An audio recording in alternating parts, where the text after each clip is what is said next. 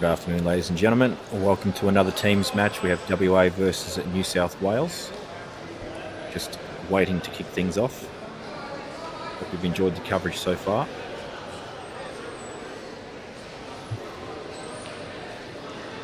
I haven't had a good look at the squads, but I know WA is a little undermanned compared to last year. They did have a super squad at the home venue. Unfortunately for them, couldn't bring home the chocolates. New South Wales. A few new faces, a few familiar faces. Rusty Wheeler's made a return. Brent Reid, as always, is in the New South Wales state side. I don't think he's missed a year as long as I can remember. And a few other players scattered in there that have represented before or are new to the scene.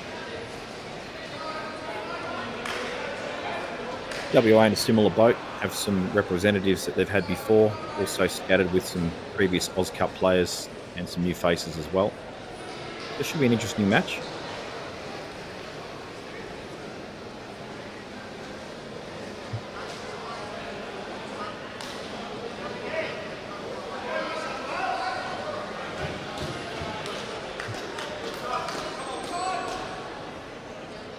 Looks like we're just about to kick things underway.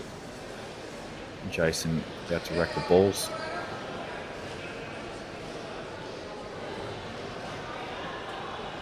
So on the left-hand side, Brodie Conroy, multiple representative, also plays a lot of black ball as well, but seems to have no problem switching between the two codes. Will probably suit him these tables, given that he's plays on the black ball tables as well. And Travis, very experienced player, has represented NT and obviously New South Wales in his more recent years. For a long period of time now, multiple Australian champion, and probably quite a busy man, I would imagine, being the president of the AEBF right now and having to assist in running these national titles. On the right hand side, Jason Doyle, Mickey Lennon. I don't think I know Jason. We'll see what he's got to bring to the table. But he's going to cut break, so he's in my bad books immediately.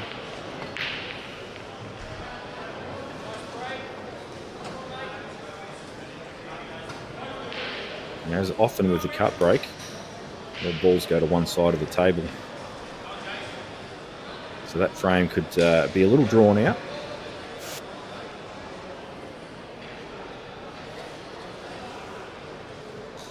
Yellows look pretty good. If this yellow that's just near his hand right now does go to bottom left, it will be a very key ball to linking this clearance. The ball to the right of the black is a little tricky. I think he tried to get on it then.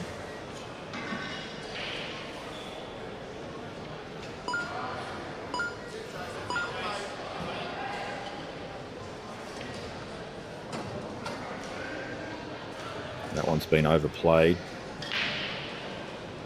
Has the snick across the bottom rail on the yellow. Could play a safety as well. I think a safety shot wouldn't be the worst choice here. And that's exactly what Travis is going to do. And he's executed it very well.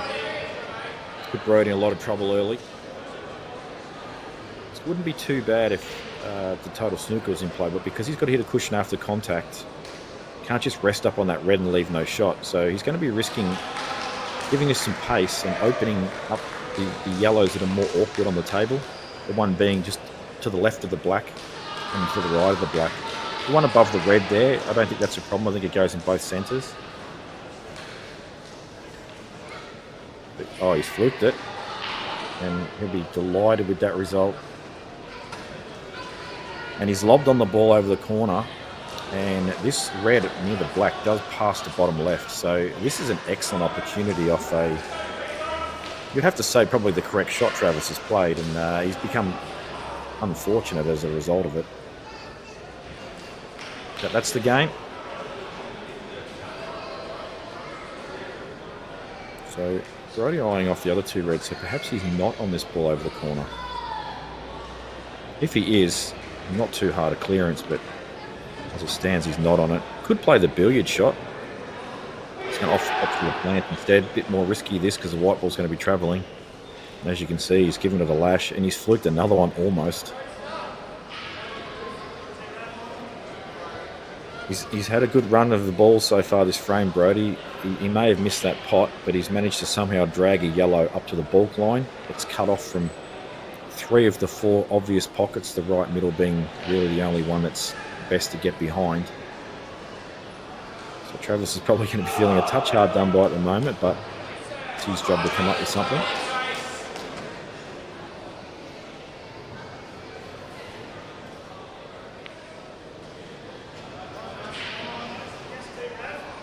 He does have an angle here in the middle. Screw off the side rail, the left side rail, top rail, and get him behind that yellow. Problem with that shot though, very difficult to link up the next 2 balls, so he may play a turnover shot here and just screw him behind the black.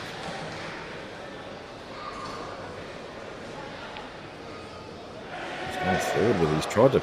He's tried to play the skill shot, I think.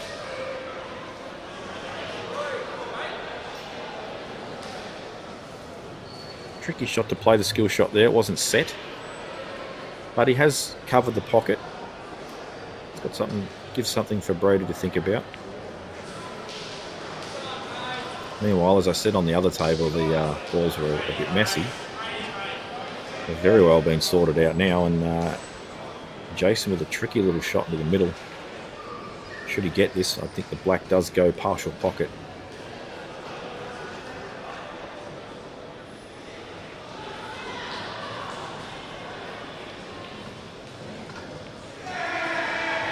Lovely shot, he's right behind it. This looks simple on screen, but I have a suspicion he doesn't have a full pocket here, so he will have to judge this well. Don't be surprised if this just hits that high knuckle and sits there. He doesn't quite get the angle right. Doesn't want to catch the red. He's hit the high knuckle, he's played it well. First frame on the board to W8.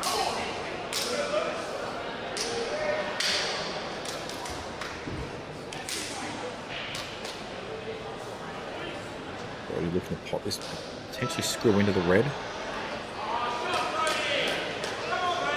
Tried to go behind it, slightly overplayed. But he does have the ball into the right middle, stun off the top cushion and back down the right side of the table for the red. It's not a simple shot, but it's one he's going to need to make if he wants to finish his frame at this visit. He's just not got into the wide enough, and it's obviously had too much top spin on it. Wasn't easy. And now he really doesn't have a lot to play for. Possibly a double off the black into the left middle. Risks potting the black though. Could also come off the bottom cushion and try and put it into the middle of the top right corner. Not really a good safety on option here.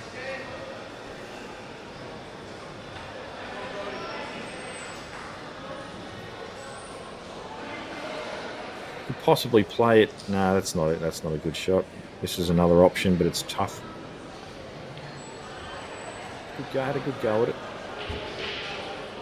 Once again, he's fallen okay, given where it could have landed. Travis should, with his experience, mop these up though. Level the score. And on the right side table, Matthew Guttrell from New South Wales. Have seen him play Nationals before. And Matthew Franceschini, sorry if I've got the name wrong there. First time I've seen this young fella play.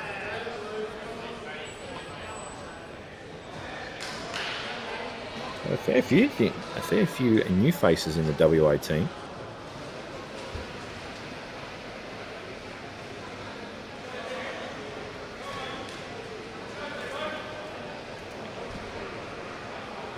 And while it might not, it's a good result for Travis there, he did trust to a touch of luck. And while having new faces is obviously good for the game, it does mean a lot of these elite superstars are missing from the tournament. So it's a bit of a good news, bad news situation. From the level that you're used to seeing may not be as high, but the opportunity given to these new players to showcase their skills is definitely a benefit and good for Australian 8 ball all round. Travis makes no mistake, knocks in the black 1-all.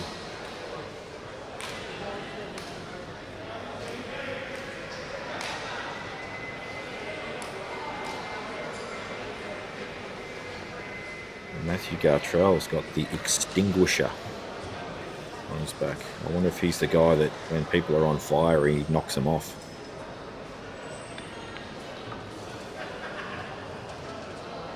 From memory, I think we've seen him.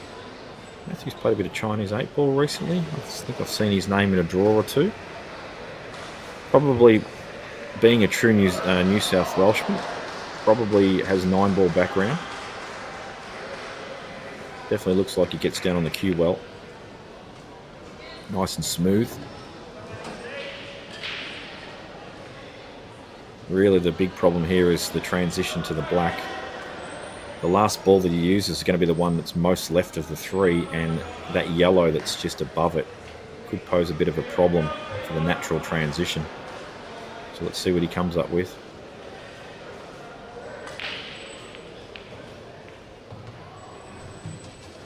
So on the left side table, Ben Judge, who has obviously been around a long time and played multiple times for WA, playing Mick Norton, who is usually an ACT player.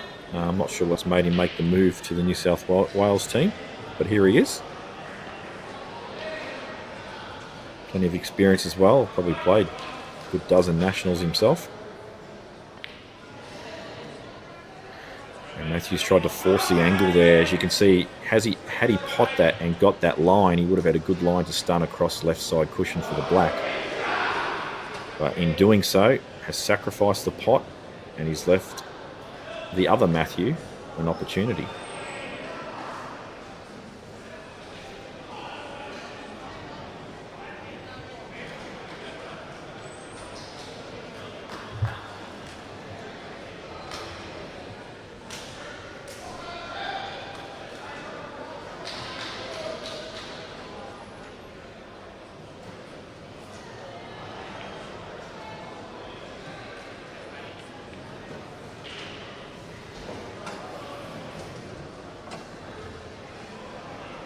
So Judgy, one of the more unique players on the scene.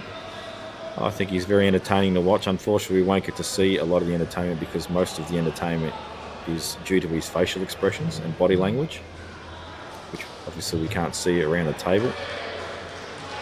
But not afraid to take his time, Judgy, especially when there is a shot clock in play. But he's in a bit of a tricky spot. Dare say safety will be coming up though.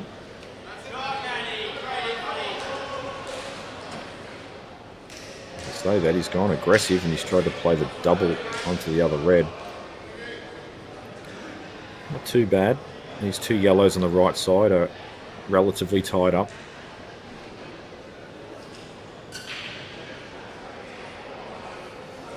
We'll give Matthew from WA a little bit of airtime here. It's his first nationals, I would guess.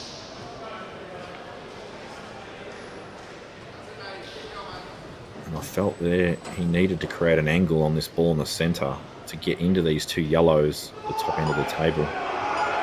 He could play the one in the right and deep screw onto the yellows as well, but obviously would need to be executed well. But he can't just pot these two yellows and then just leave them till last with no shot. So he's got to do something. Also has a choice to get the white ball in such a position where he can glance off the right yellow and just sneak in behind the black, should he choose not to try and force things too much. Looks like he's going to try and go into them. Nah, he's holding. Now he has the line to go into these, but now his eggs are all in one basket. He needs a good outcome from this split.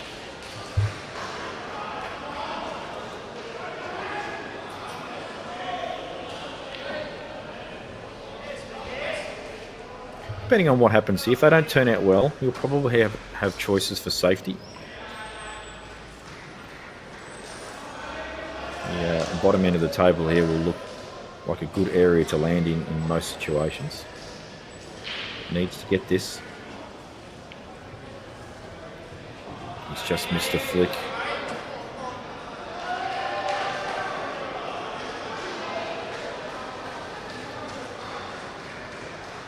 And you can't really do a lot here as far as creating a clearance.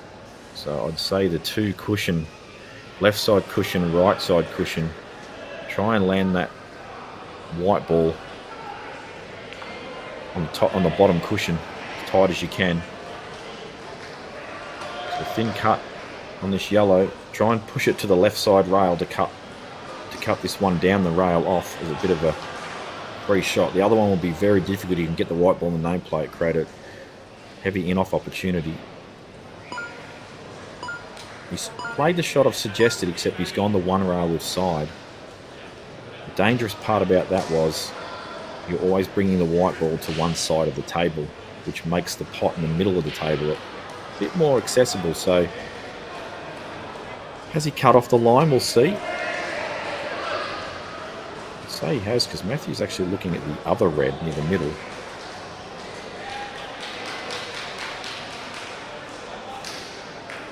Looking at all options at the moment.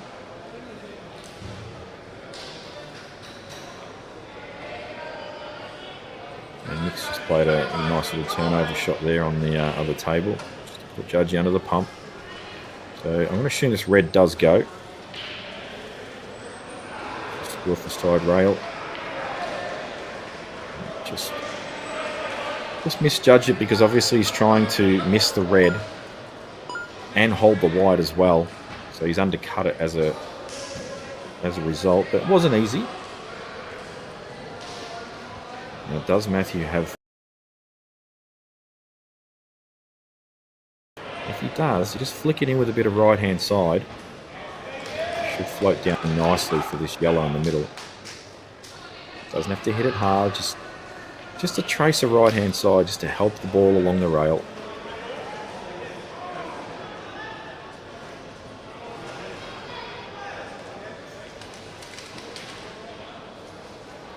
Judgy has tied things up here, although he has left Mick an angle in the middle to go into this yellow and red that Judgy's just tied up.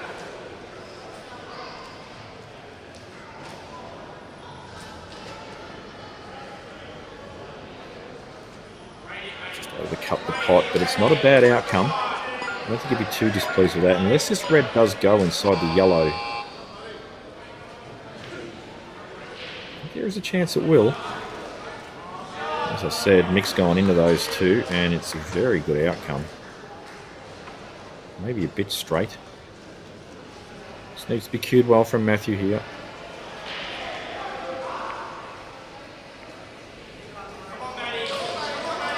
Well, I'm not sure if he can play the turnover or not. It looks like the red's slightly in front of the yellow, which means the turnover's probably not there. He's got a thin shot in the middle, but I don't really think there's a lot he can do with it. I don't think he can screw off it enough, even with side, to get off this bottom cushion and back up the table. It just looks a little too thin, and I think too thin to come off two rails. I think it's going to come very close to win off all the jaws. So he's in a bit of a tough spot here. I don't mind just resting up on that yellow on the top end and just snookering him off the ball over the pocket, forcing him to play a big shot.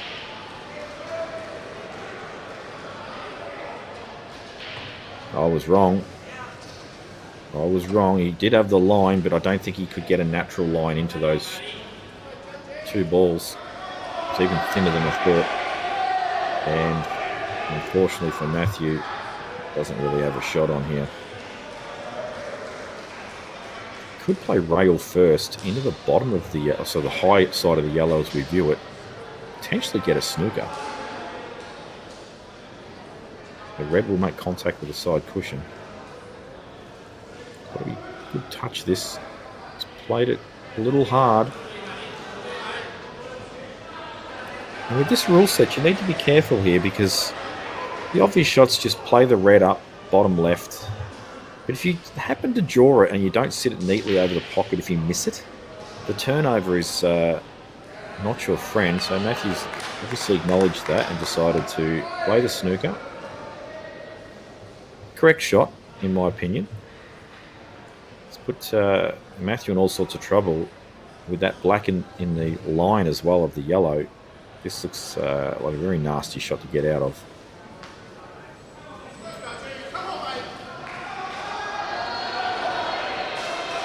The shot I can really see is played to the right side rail with left-hand side, come off the top cushion and into the yellow. It's a tough shot. That's what he's played. He was able to play direct, and I'll tell you what, Will not be too upset with that. That could have been far worse. It's forced Matthew into playing this, I would say, not an easy shot in any conditions. Got to cue it well.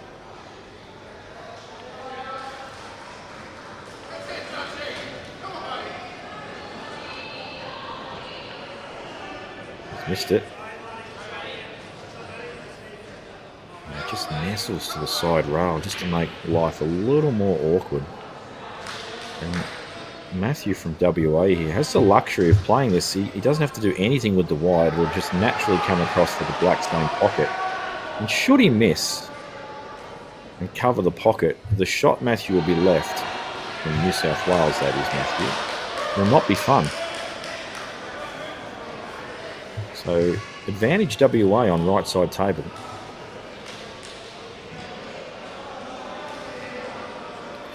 Judgy plays a very good safety there, well judged.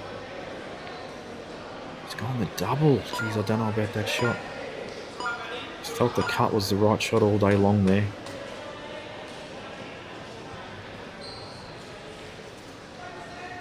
Potentially in Matthew's head, he thought if he leaves the white ball on this side cushion, it's a harder shot.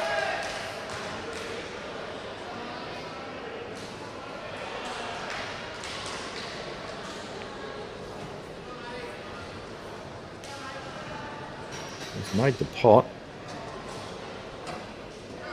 Not an easy black. May end up having to play a bit of a safety. But I think, look, it is potable. The safety off the half ball in behind the yellow, just get yourself in more trouble. I think maybe you just got to have a go at this.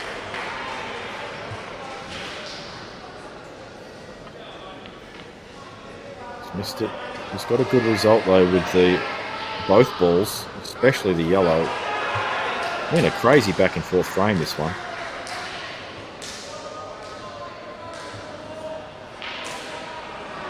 Really is a good example of if you don't take your first opportunity to win the frame that you had, you can end up in all sorts of trouble. And sometimes it is due to a bit of luck, but at the end of the day, you can't blame that luck. You have to blame the fact that you missed the opportunity that you had earlier in the frame. Reflect upon that and improve from it. So probably would cross for a little bit of luck here. He needs to get this off the rail, so a little bit of pace. Weight looks pretty good, but he's too soft. Had he have hit it harder though, probably would have floated up the table for an easy black. Had he hit it even harder, it may have gone. But as it stands, he's just left Matthew that sort of tricky shot where it's pretty thin in the middle and just a little bit flirty with a little pocket with the white. Should he take it top left?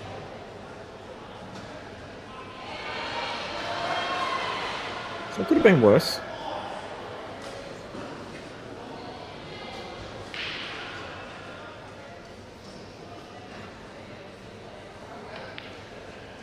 He's gone a double. Well, I've seen some strange shots this frame. I think while that yellow is in such a bad spot, you've got to at least get the black near a pocket. So now Matthew from WA with a really good opportunity here to just flick this yellow across the rail. Doesn't have to pot it, just get it in the way of the line of the black, take the white ball back up to pretty much where he's standing.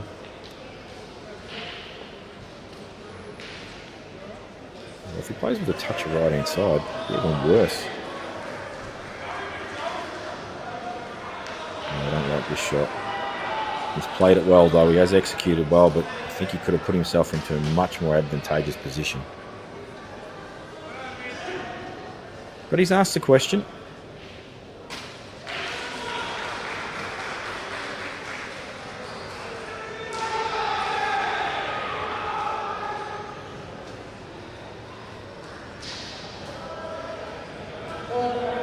Tricky shot this, you hit it too thin, you really risk going in off. Hit it too thick, you may open it up and leave the yellow on. Call me crazy, but shot you could play here. It's flirted with danger. It's play this at pace and use the jaws to take the white ball up the table, but on these cuts, it's more likely to stick in the pocket.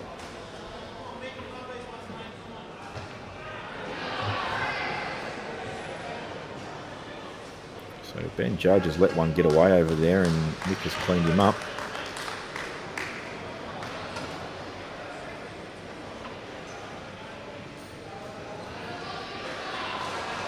So pot on, holding the white. Could be a problem. May take the scenic route. Come all the way around the angles.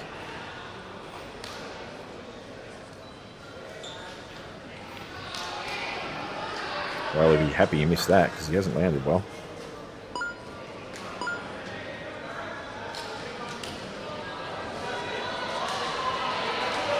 Well, this has ended up being a little bit of a fiasco, this frame.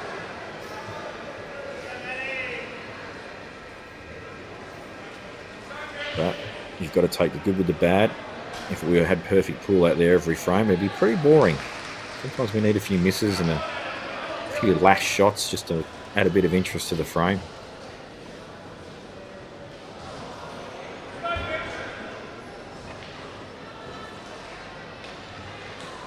Play the safety here. Right hand side of the black in behind the yellow. Doesn't want to go too far behind it though and leave an easy snooker.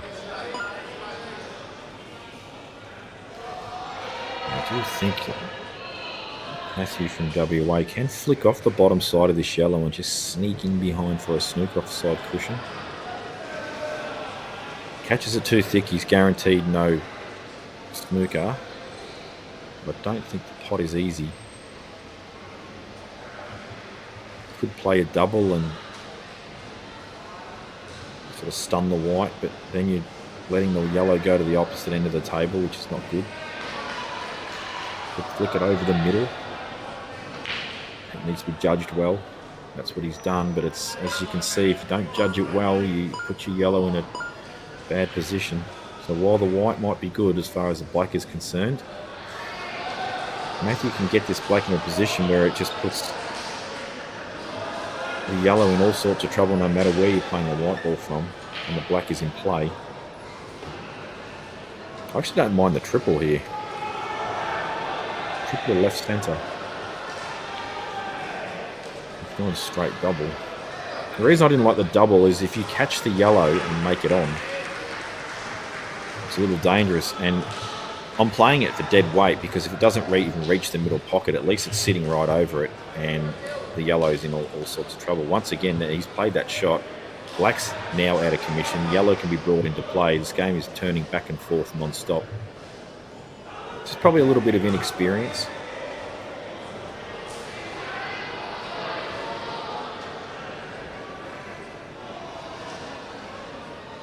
I don't mind the double to the top left-hand corner here.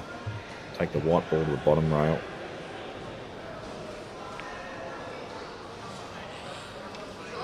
Sort of overplayed it, but he's got a good white. And the yellow's not in a bad spot either. Let's say a little rest up onto the black here, try and get the snooker as well. Hit it quite hard. He's played it well. Played it very well.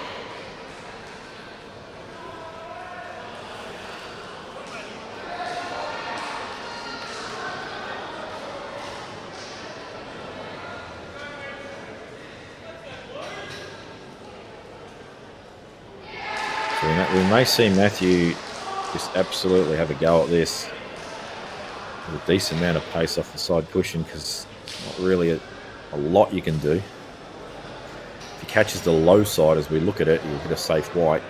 Just got to be careful he doesn't nudge the black over the pocket. Well, he's gone for the low side, but he unfortunately has left it on with a double kiss on the yellow. So this should be the end of what was a fairly drawn out frame. Every frame matters. New South Wales go 3-1 ahead. So, left side table, Dylan Moyes. Another fellow I don't know. I don't think I know many of these WA guys. And Peter O'Keefe, who I think is playing his second year for New South Wales, hailing from Victoria.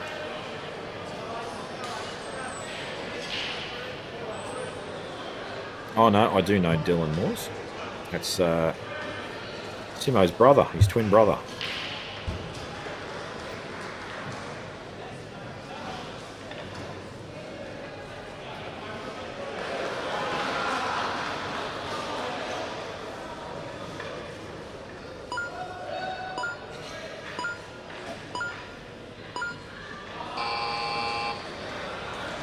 That shot clock on the right side. Oh, that's from the other table. That might just keep counting down.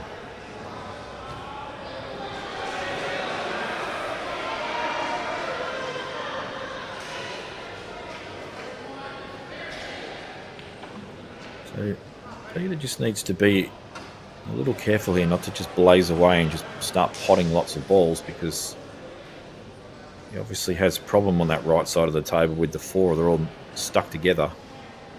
I'm not sure he can get to the potting angle of the low one to disturb the others, but this shot says otherwise. Oh no, he's just played a safety.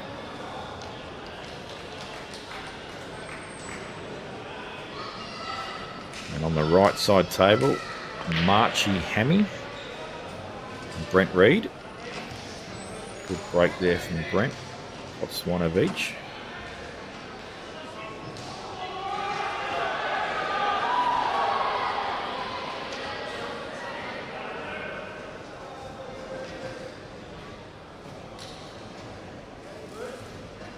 And probably forced to take the yellows. So he does have a long red to bottom left. And I do prefer the reds if I was to try and link them all up, but the open pot much more difficult than this yellow in the middle. But all the yellows do go. It's just a little bit more mileage to do.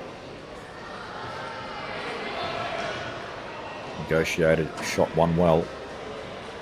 And should he get straight on this ball just below the black, he'll be able to deal with the other problem ball at the bottom of the table. And the only reason the problem is it doesn't link up well.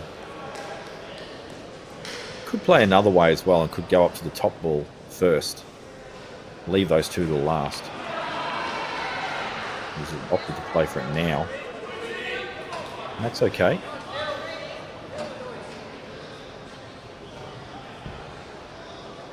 How does he negotiate this white with all these reds?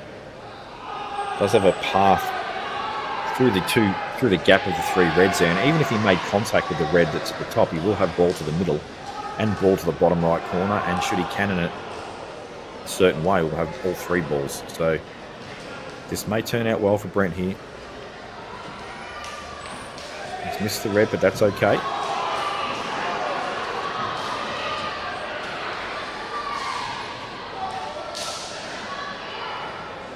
This ball right now that he's looking at is the key shot. Just needs to make sure he makes clearance of the black. Come back enough for the ball in the middle, because the ball at the top will now be his last ball, unless he overscrews this. Played it well. Going to be picky, probably slightly overplayed, because I don't think he's got the perfect line to come back to a similar area to where he is now. And as a result of that, he's actually going to play the other ball. So once again, needs to be cued well. Can't underplay this, can't overplay this. Does have the fortune though, is if he comes back too far, the line may take him into that red that I spoke of earlier. He might be okay. So he's just understunned that a little. Still has a pot, two cushions. Black is very accessible, so he's still okay. He just would have liked to have been a little neater.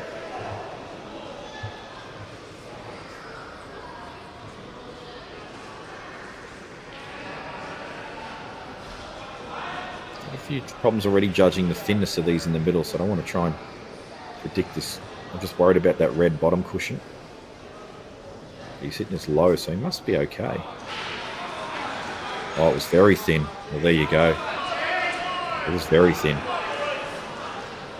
Did overcut it though, because it looked like if it had have gone, would have been to the high side of the jaw. But at the pace that he's played that at, has trust to a little bit of luck with the white. And has left Marchie a very nice layout here. These reds all look a little tricky because they're covering one another, but you can start eliminating them one by one, and they open each other up. You just got to find the right route.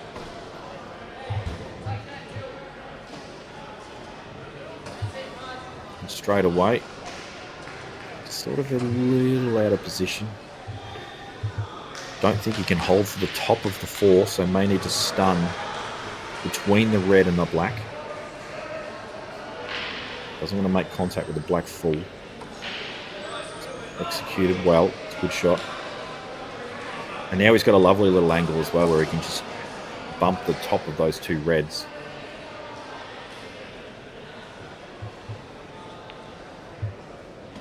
But just have to be neat about this.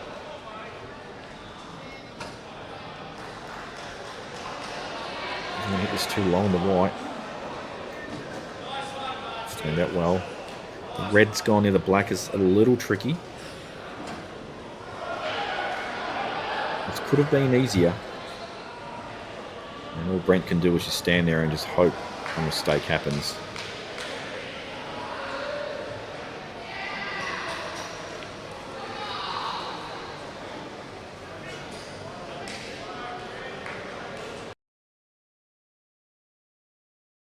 A little messy on the table. Been a few back and forth, so sorry for no attention to it, but this frame here looked like it had a potential clearance. Would go quicker. And Marchie has got himself into a little bit of strife here. Doesn't have the correct angle, may be forced to go into these because I think the natural line offside cushion isn't there. It looks a little dangerous going towards the yellow natural line. It would be a disaster to go in off it.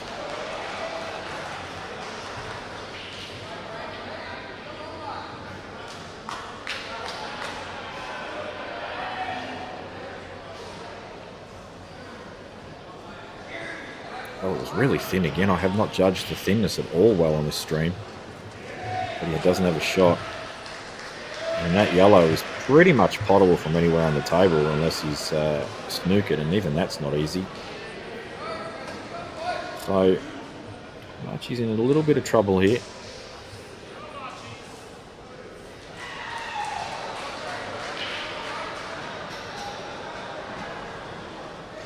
Possibly top right-hand corner jaws could be an aiming point if you stun off this, but you've just got to judge it so well. Flicking off the bottom of the red, trying to find a line with the black and the red as an option.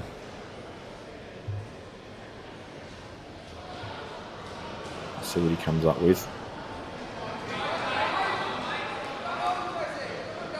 Oh, he's gone to turnover. I'll tell you what, that is a super effort, but unfortunately he's handed the frame to Brent. Full credit there to March for having a red hot go at that. That was a very good effort. Brent just says thank you for the strawberry.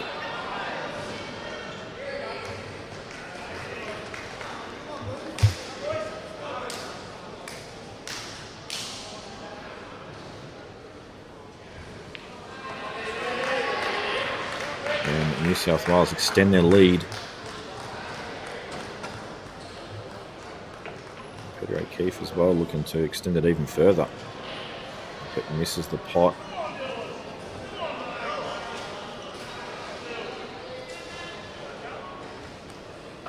Dylan will probably drop in for a snooker here.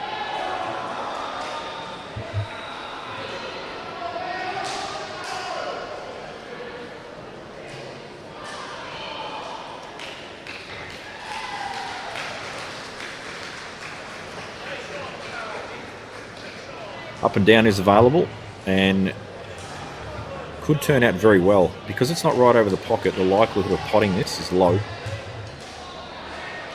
And this is to make perfect contact with the line, but I think Pete will be aiming wide here to catch more of the right-hand side of the red. And as I say that, it looks like he's going to pot it clean. Wow, that was tough to call. His body was slightly in the way for me there. It was hard to tell. There's been no reaction from anybody. So the call must be simultaneous. I'd like to see a replay of that one. In a bit of slow motion.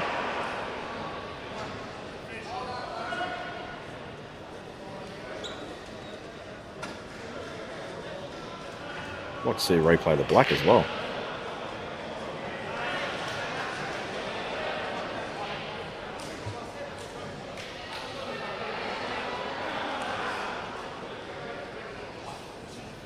Yeah, definitely worth having a look at that. I mean, I think it was okay.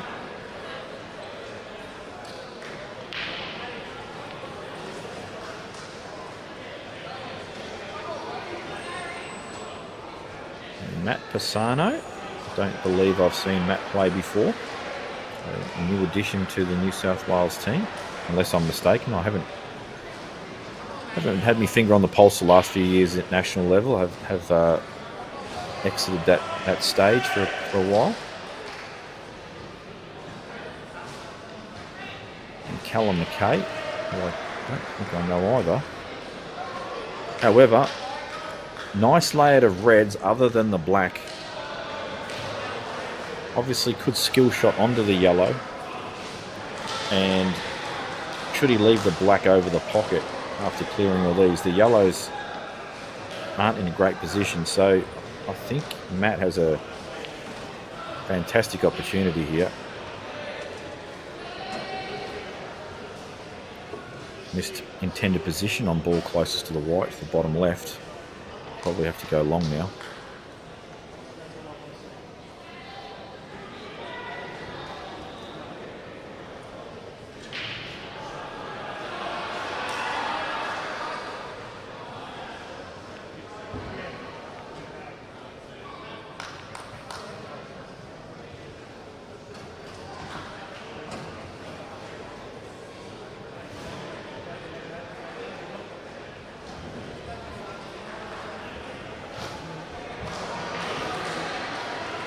Just listening in on Dan, who's streaming this event. He's replayed the shot that I in question. Unfortunately, from what I can tell, it froze just before contact, so we can't see the shot. If you've got a shot of the black as well, Dan, I'd like to see that. Missed opportunity there from Matt. See, the frame was at his mercy. As I said, that black ball looks in a bad position, but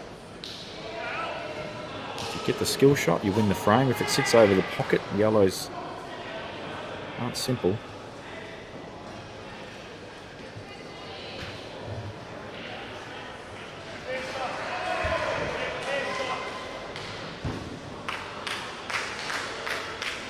An interesting looking cue, this Callum, multicoloured.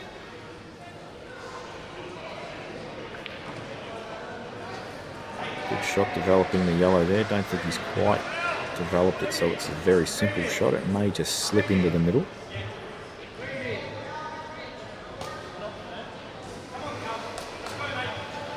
Quite generous to the centres, these tables, so you may be able to just drop it in.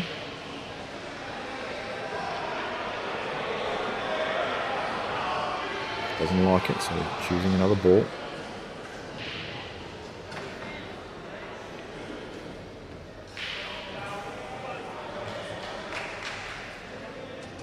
That line, here we go. We're going to see this black. No. See, the frame was at his mercy. As I said, that black ball. What are we doing here?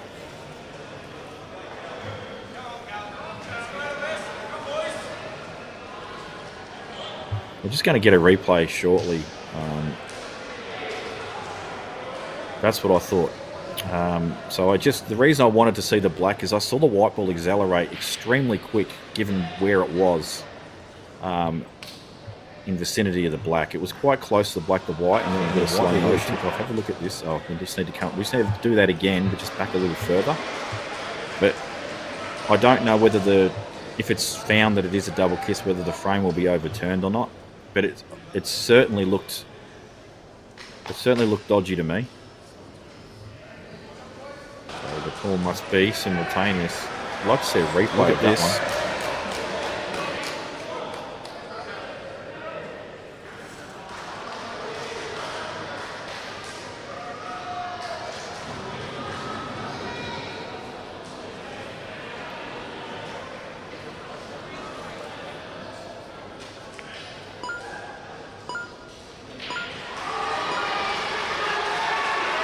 I'm hearing some feedback saying don't play the replay because both captains are okay with it.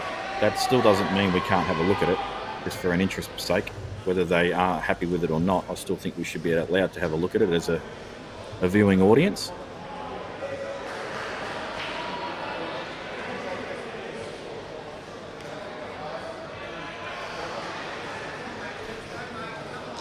But we'll get on with it. What will happen though is someone will replay this and it'll end up on a YouTube, on a Facebook forum, no doubt.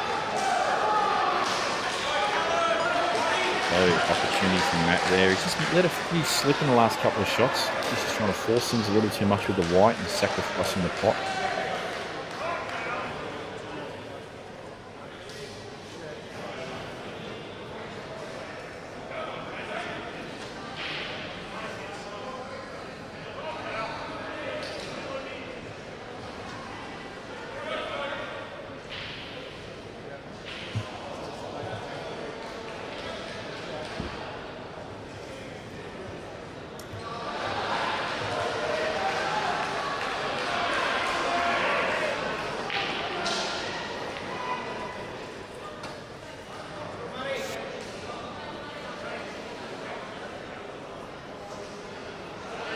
A lot of chances to get onto this break. The unfortunate part now is there's less yellows on the table in bad positions. However, there is still a yellow that is in the same vicinity of the pocket as the one he would be skilling onto, and should he not get it, he'll cover it. So I'm not sure if he's got an easy opener though to continue this.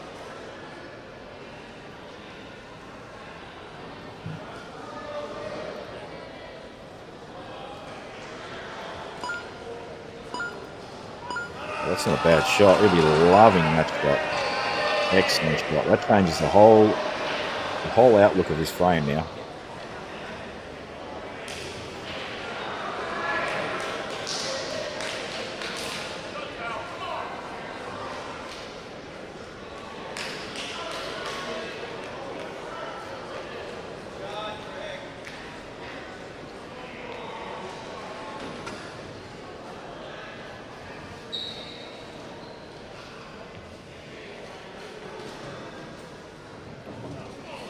I couldn't help myself. I've had a look at that black myself, and I still very much question it. I couldn't play it in slow-mo, but I definitely have to question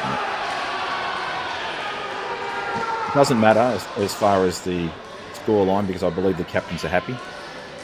But just from an interest point, good talking points. When something controversial happens, it creates talking points, and sometimes that's good. It also produces learning opportunities.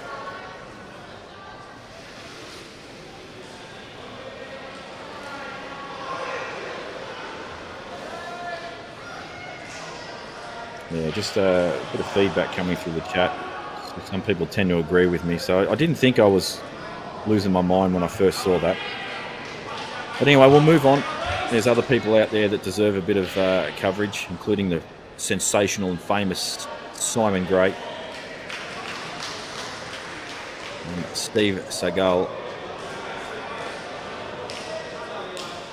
was played a double, but unfortunately stuck those two reds together into potable positions, basically in the bottom right only, because of a red nearby to get a cannon. But I think Simo's got other ideas about not letting him back to the table here. These yellows are situated very well.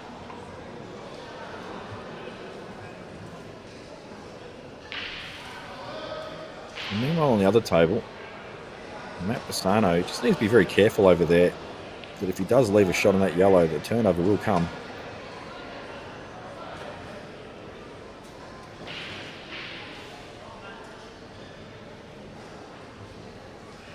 So we'll focus on Simon's clearance here. He's just overrun the wide a touch. Got the ball in the middle to regain position.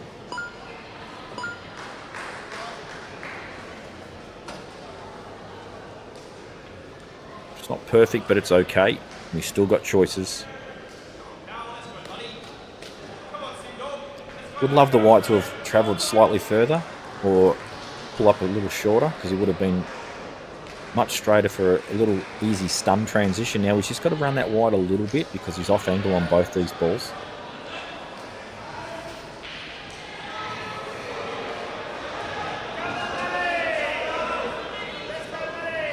He's recovered the situation pretty well.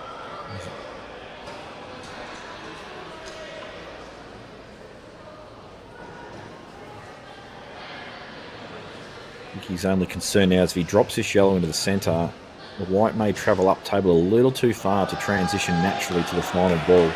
And may have to stun a slow pushing him back across. So could play the bottom of the two. And he'll have the other one in the right centre, which is looking like what he's going to do. It looks pretty straight on this. Has he got angle to just get to left side of table here?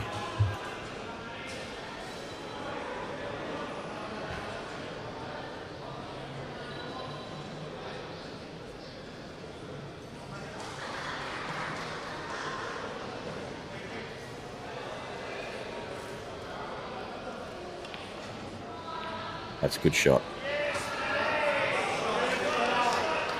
Lovely shot there.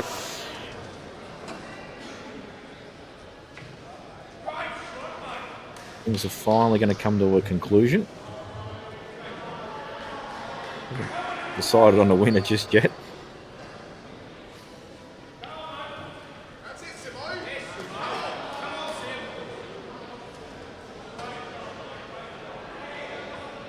I don't like the way he's queuing this up. This could go very wrong. Yeah, it's not ideal. It will cut though, because he doesn't have to hit it straight. So he's got to hit a thin line of this black, which means he won't be having to play a push shot. But I don't know whether we can play it thin enough. So we may see a little drop snooker here. And white ball on the top rail, in behind the black. But as we've seen in a couple other frames, people just get out of these snookers and lash at them, and the white gets safe. Oh, he's hit that way too hard. Way too thick. Probably the better call.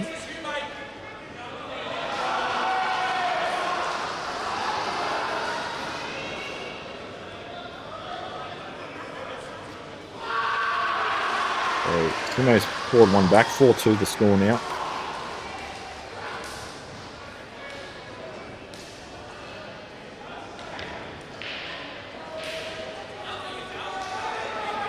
I'm also attempting to play a snooker there. Accidentally gets the double kiss, but hasn't left the black potable, but certainly could end up in a little bit more trouble next shot if this is executed correctly. Similar sort of shot where you're just going to bump the black into the top cushion, take the white ball to the top cushion and bring the black in the line of the yellow. No real need for heroics here.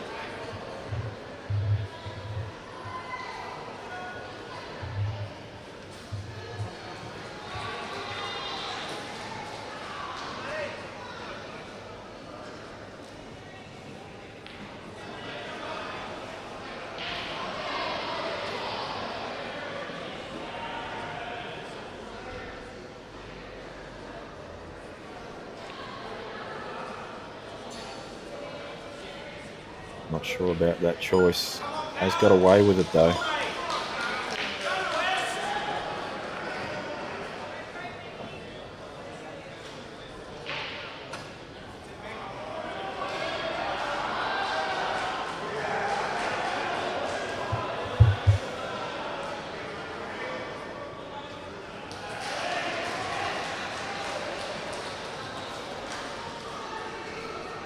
Tricky shot this.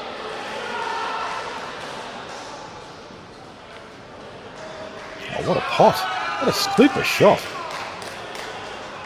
Absolutely, says the fans and the WA players. Give that one a big clap.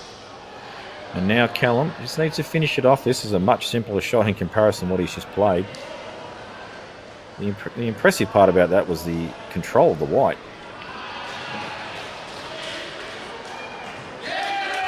Well done, Callum. He had no business winning that frame at the very start of the frame, but multiple shots allowed him to get back into it and grabs a victory. The score is now 4-3.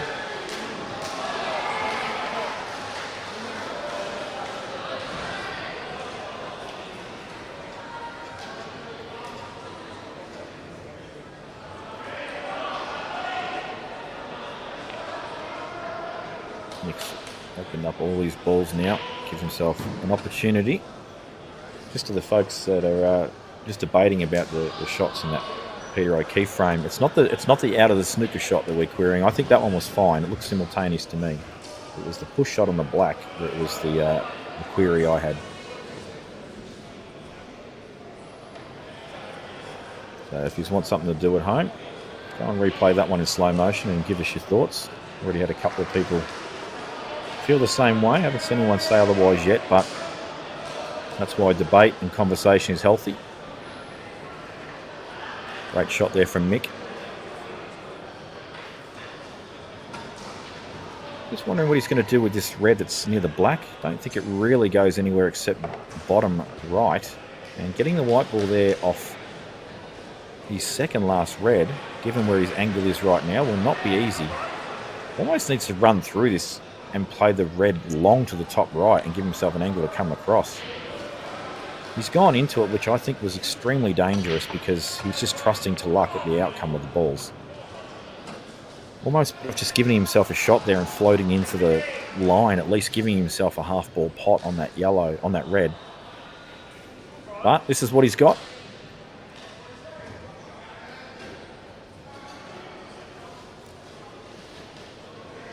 Does this pass top left? Doesn't look like it does.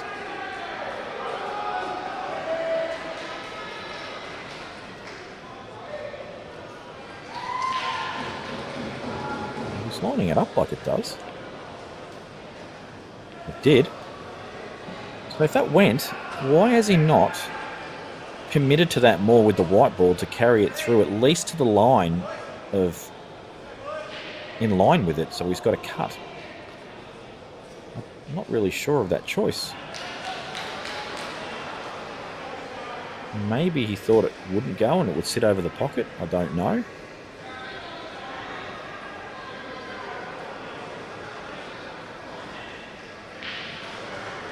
But the red off the black seems very dangerous given the line of that black towards the bottom left. He's looked at it now. To me, it looks very, very dangerous. Well, I think he's going to take it on. I'll tell you what, he's had a decent go at that. Didn't need to hit it as thick as I thought as well, so black didn't move much. However, Jason is definitely in the box seat now.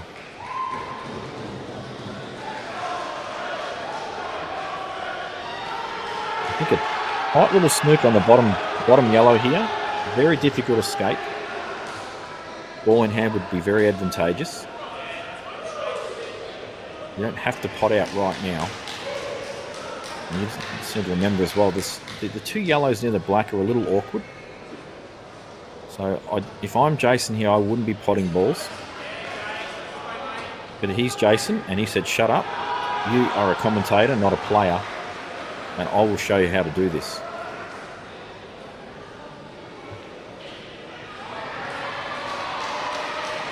Definitely walking around the table with a lot of purpose. Very focused.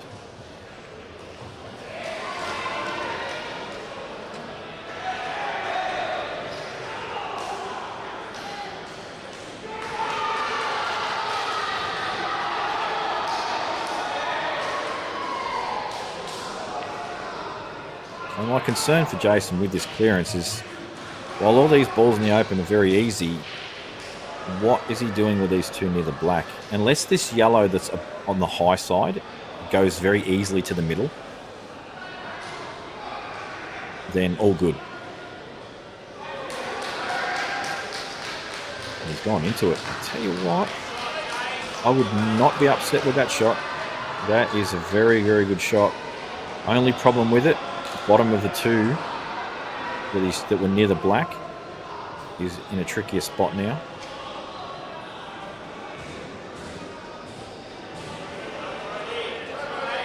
We've got some decisions to make.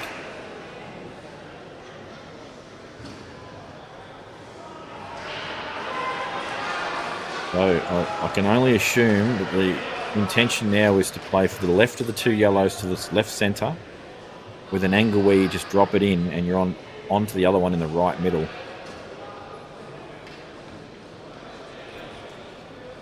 But I'm not sure about that.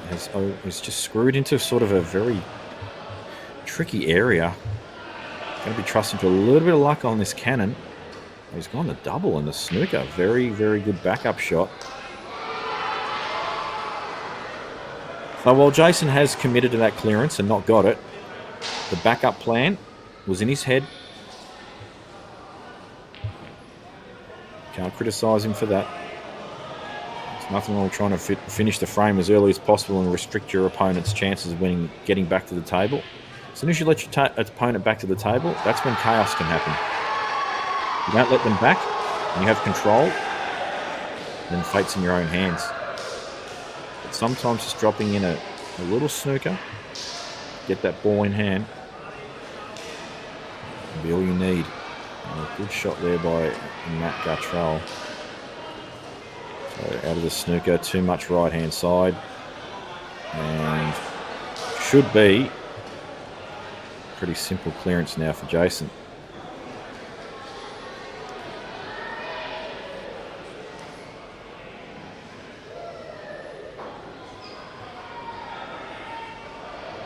A lot of people, I think, would play the bottom ball here and play for the one in the middle last because it's the obvious link to the black. However, that's where things can go wrong. The way Jason's played this is far less fail-proof.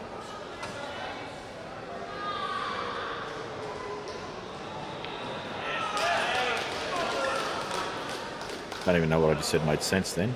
But you get what I mean. Matthew on this yellow, it's gone across the black. Would have played that a little better.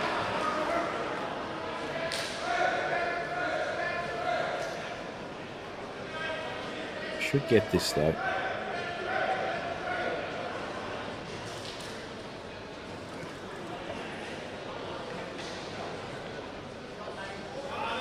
There it goes. Well played. We see it in New South Wales. Get another one back.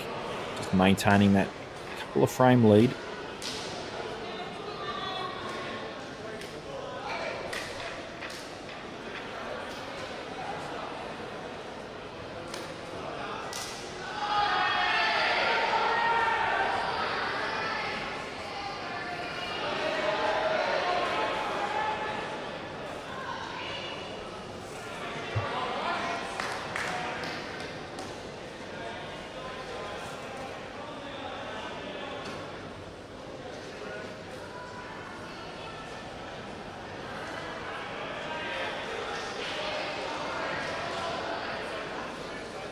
So, Travis Crawley about to break off.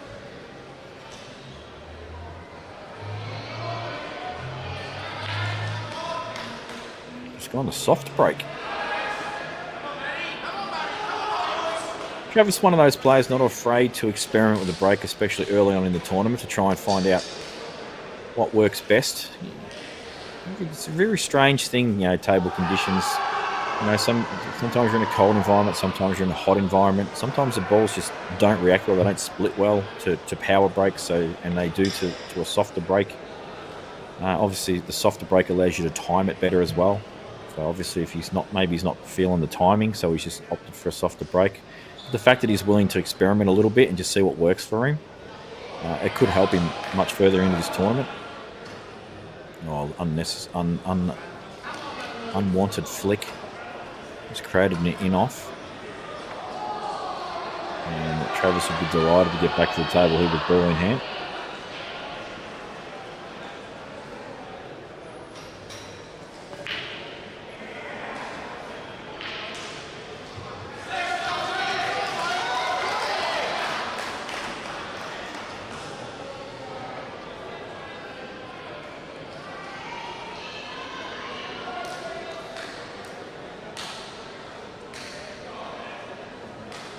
Good opener there from Travis. For those asking where Rusty is, I'm not sure if he's playing in the team or not. I haven't watched, obviously, all the team's matches. But perhaps he's only playing in the singles and he's been named on the sheet, but they're only playing him as required. I'm not really sure.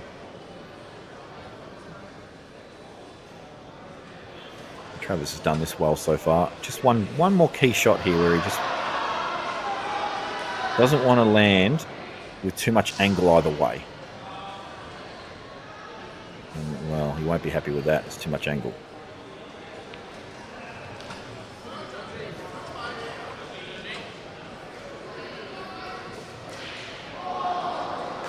Not sure how he gets in this last yellow now.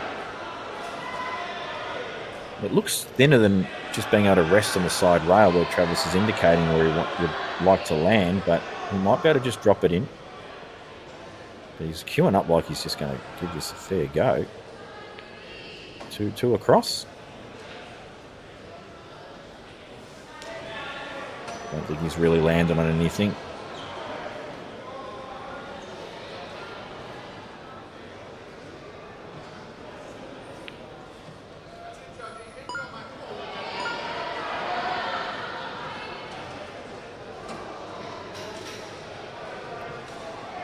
Possible double to the top left-hand corner.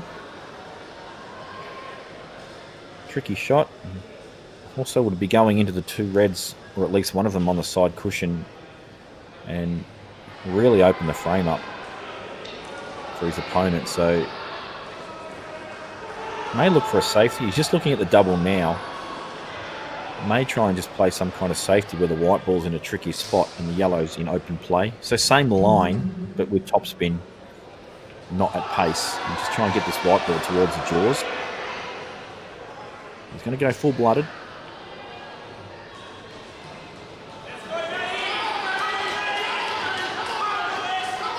Could have been worse. White ball has landed in a position where there's no easy opener.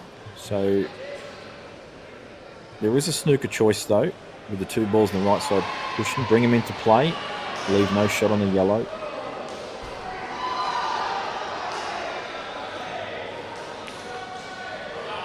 Meanwhile, Ben Judge on the other table playing Nicky Lennon.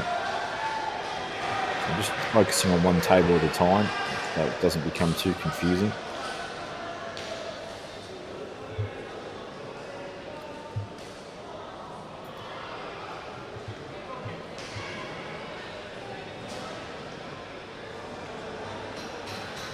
Lovely shot. And as you can see, had he missed that, completely safe with the white. Good shot to nothing. And now with an opportunity to just make the clearance and not even worry about Travis getting out of a snooker and fluking a ball or landing safe by accident or anything like that. He can now take full control of his own destiny with his frame. Put it to bed. Be careful with this. When you stretch like this, it's hard to judge accuracy. Make sure he doesn't do anything crazy with the white. And for me, it's just the transition now. The top ball on the right-hand side pocket, because it's on the cushion, he has an easy link up. But if you just drop it in, the angle won't be great. So he will need to actually make sure he plays it with a touch of right-hand side just to bring it a little straighter. And for me, that's his second last ball. I think the ball that's just closest to the yellow, probably the last ball. However, there are multiple ways you can go about this. You may have too much angle on this ball in the middle to hold for the other one in the middle.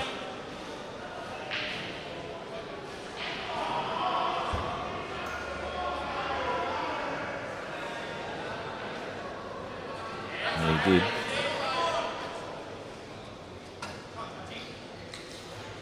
But still,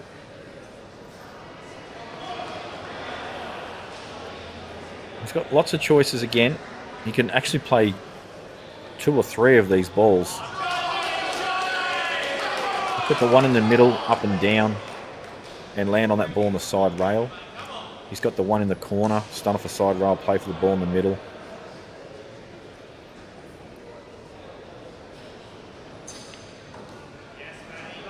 Plays the latter shot.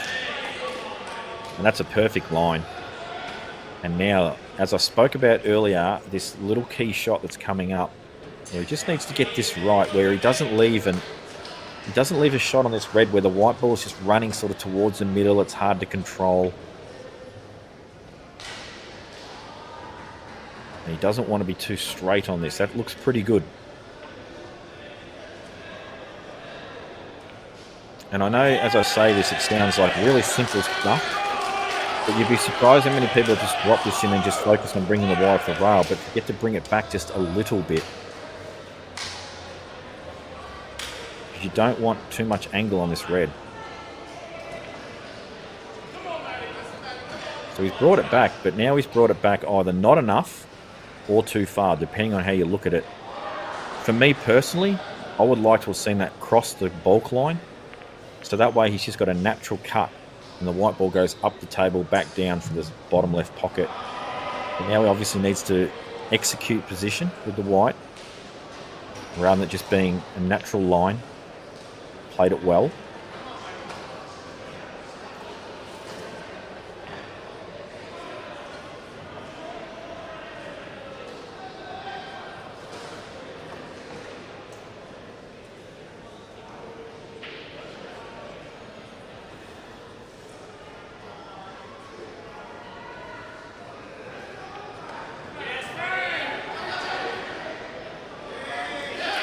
Yeah, good finish.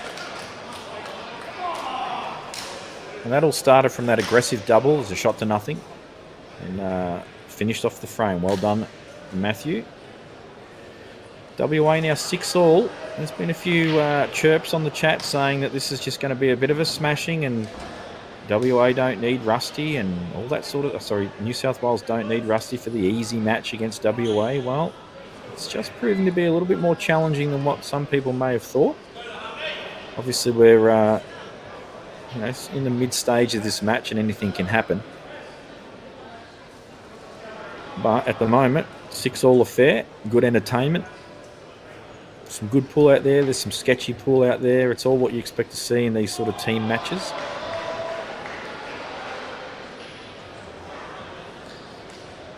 And we're only at day 2 as well, don't forget. So a lot of these players probably still not 100% settled in. Sometimes it takes some players longer to settle into environments than others. I'll tell you what, Greg's played that very well. He's landed on the middle of the 3 yellows and he can now just run through this, open them all up a little bit. Just got to worry about this yellow, the top end of the table now. Doesn't want that to go in. Oh, that's not a good result for Greg. Just makes this a little trickier.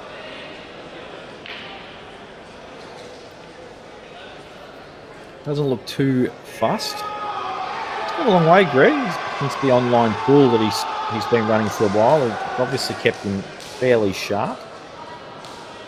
And he's playing some pretty decent pool these days.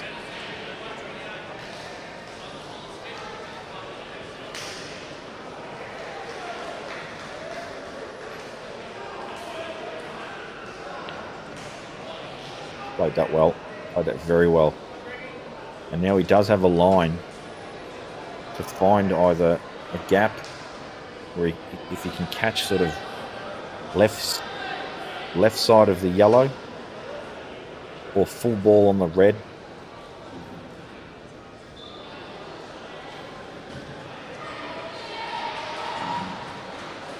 Yeah, he just doesn't quite catch it full ball. He's caught it to the right side and that's why that white's just trickled behind the yellow.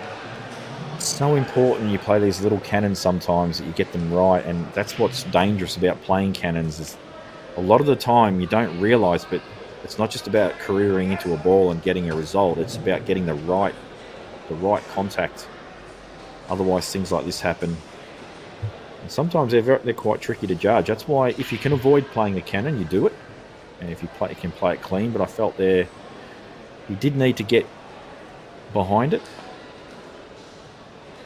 Recovery attempt, a little wide, and a good opportunity here for Dylan.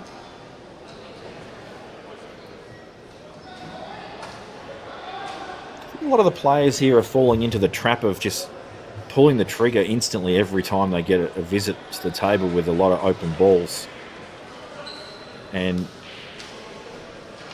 dealing with your tricky balls as early as possible is always beneficial. It's very easy, to just start potting a few balls and thinking life's good, but then as you get towards your trickier balls, that's when things can unravel. Just a few smart shots here and there, and I think we may see it, especially maybe in some of the singles matches later on. Just holding back a touch and just letting your opponent just clear the traffic. Wouldn't be the worst tactic in the world, but obviously you've got to treat each frame on its merits. You can't just go out there with a decision to say, hey, I'm going to play a safety this frame. Sometimes the balls are just that open that you do have to go for them. And that's a loose shot from Gillen. He's got an amazing result where he's flipped the ball.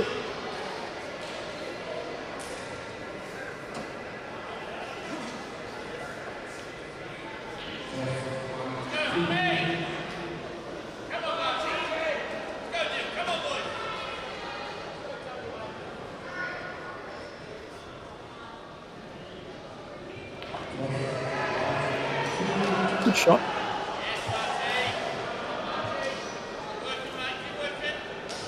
Needs to play the bottom right one now, I think. It looks pretty straight on, which means you can just draw the white ball back. If you can just draw it just high, just pretty much in line or just slightly lower of the black, as long as it doesn't have hampered queuing. You should have good line. I don't think you should play this.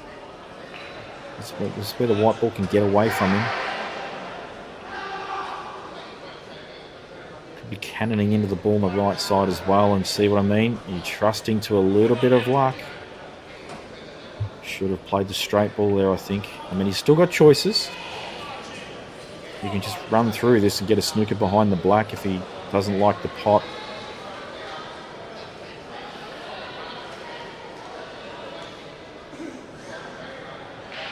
But it's just amazing when you know, a simple clearance like that, and perhaps maybe we'll give him the benefit of the doubt and say that he wasn't on that red, but I have to feel that he was. But just the choice of shot sometimes can be an enormous difference to the outcome of the frame. And meanwhile, Marchi on the other table, I haven't even mentioned this frame, is running this rack with a chance to put WA in front.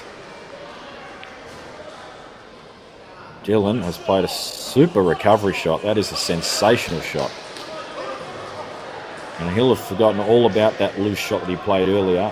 And he's got this as even as a shot to nothing, where he can just play a little soft stun, play the ball bottom right, bring the white ball back a touch. It'll be plumb in the middle. And if he somehow draws this, which is possible, he'll have a snooker. Oh, he's played the run through. Why? He's okay though. Managed to slide in.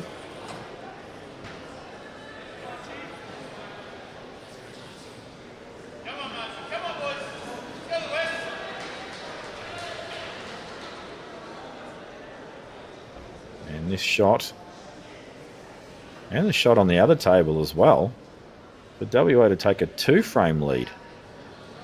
Marchi's played a good yellow. And Dylan's and that black, full confidence. 7-6 WA, 8-6 WA, and now New South Wales have got to be thinking to themselves, well, we've got a match on our hands, and we better get a move on. Interesting to see if they change their tact. I feel they've played a little over aggressive this match and tried to take on a bit too much in some cases. But bottom line, execution in the frames hasn't been clean. That's what they need to fix.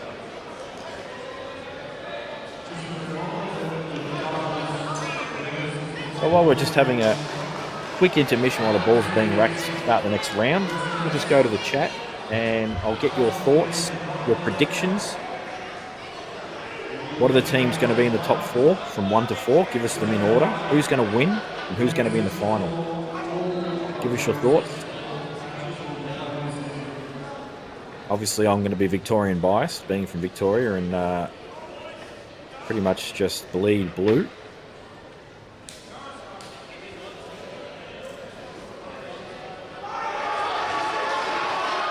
But if I was to remove Victoria out of the equation and pick another 3 teams, because I do believe Victoria will finish in the 4, I think Queensland is very dangerous. I think they'll be in the final, to be honest. I think ACT actually had a very good team before a couple of very good players pulled out of the team. I'm not sure who replaced them. I haven't actually seen any of their matches yet. But I think they're a chance to finish in the top 4. And I think the other spot could very well be wide open. Haven't even looked at the Tassie team yet. Sometimes they can put in a bit of a pocket rocket side.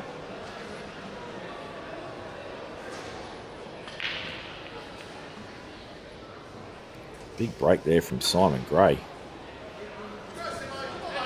And look at these yellows. All on. All link very well.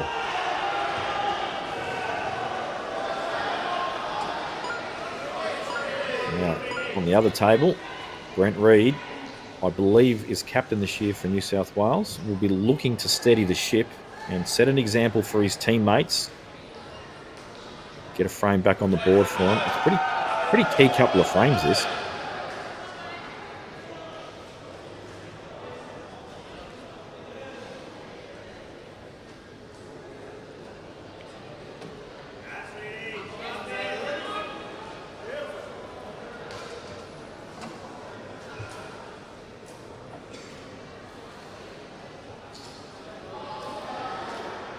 All these yellows do go, but they're all covering one another and they're all a little tricky. So I think that's why Brent's taking a little bit of extra time on the clock here. He's working things out.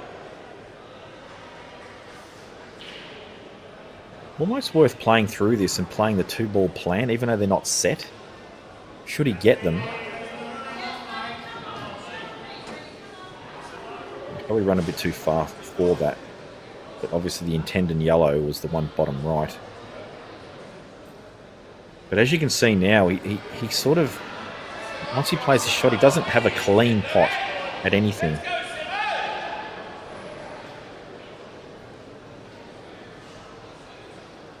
However, if he does finish low, he still has that 2-ball plant that I spoke of. You can play it at medium pace where the yellow will come offside cushion and back out again. And you can hold for the one to the right of the 3. So this is still gettable. It's a good line.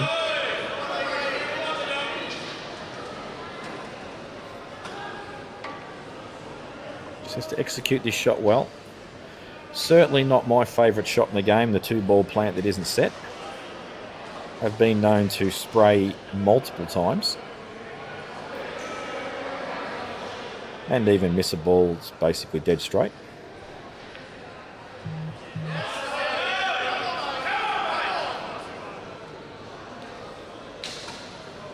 So, big shot coming up. Doesn't want to dolly this though. He's played it well. Played it very well.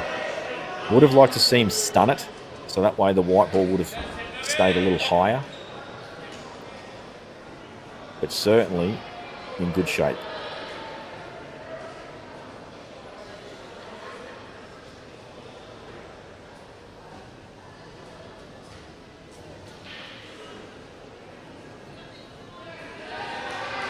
Once again, important that he doesn't land in an awkward position for the black, but almost any position is actually acceptable here on this red, on this last yellow.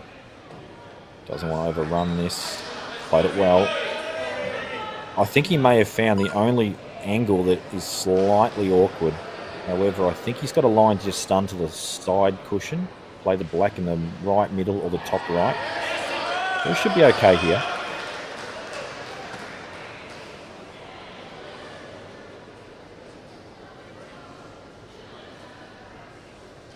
Doesn't want to overscrew this. Oh, I don't know why he's played for the same pocket there. He could have just killed the white. It's a loose shot.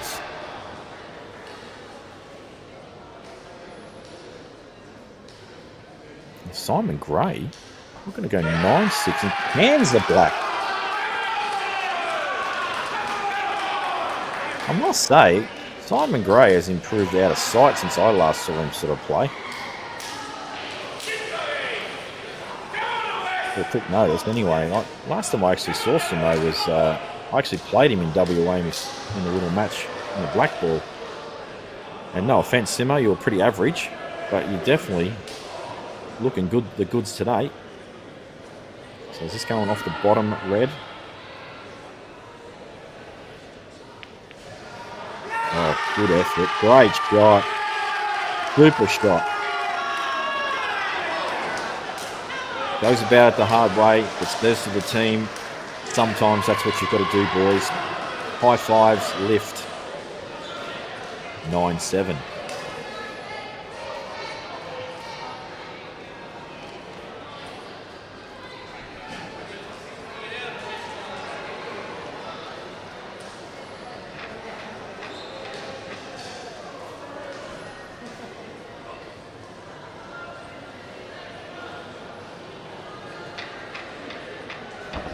So they're having a three-quarter time chat here. Reddy will be pretty pumped up after that shot. I mean, even though he's probably forced himself to have to play that shot because it could have been much easier, it doesn't take away from the fact that you get a bit of adrenaline when you nail a shot like that. And he'll be trying to transfer some of that adrenaline onto his teammates to get them going. WA doing the same thing, saying we've worked hard here, boys, to get this 9-7 lead. Let's not let it slip in the last round.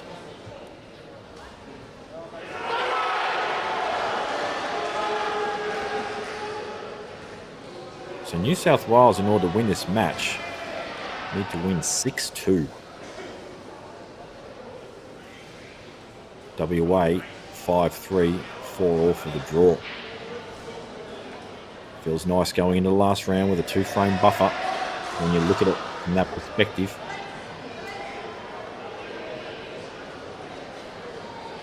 I think had Brett have not got that black and his opponent had gone on to win that frame, 10-6 would have been a very disastrous looking scoreline. Good for WA. But you can just sense that this could come down to the last couple of frames. As we zoom in on our fellow Victorians. They're playing Tassie over there, I think. No, Queensland's playing Tassie. I can't tell what's going on. I can see a Queenslander guy sitting where a Tassie guy is. Oh no, that's a different shirt. That might be Oz Cup or something.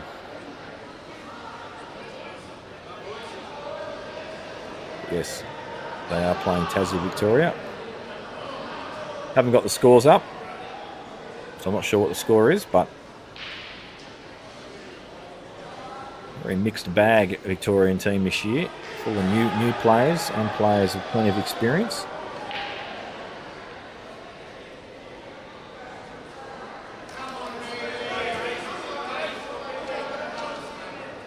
So, dry break, and Brent Reid has made sure that he has positioned himself to come in at number 1 in the last round to try and get them going. Other than Travis, probably the most experienced player in the team.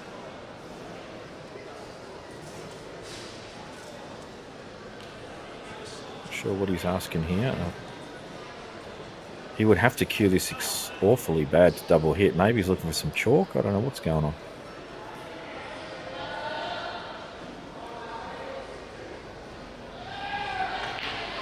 So he's getting it cleaned. Okay. I don't think it would actually affect this shot because he's going to score off a little bit, but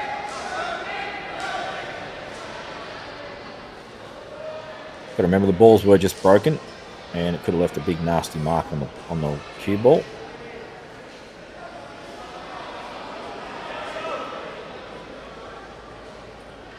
So, big break really when you look at it, and all the reds are on.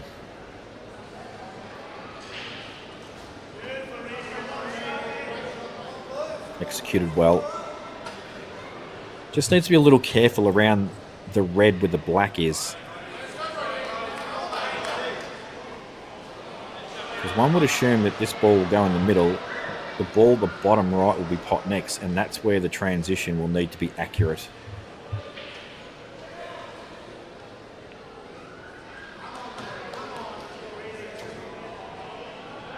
So this needs to be played well. Don't have to, once again, you have to hit the cover off it and put it into an area. Just look for a good area you can land in where you've got a good clean pot. Now that might be to take this red onto the left of the black to the top left-hand corner. So you've got that big area in the center of the table there below it to land in with no traffic. Or you could be looking for a different choice. So as it stands, he's found that area. In actual fact, he's landed on the middle if he so chooses to take it. Has choice of other ball top right. But I feel that the trickiest ball of the 4 now is the one left to the black. So worth eliminating.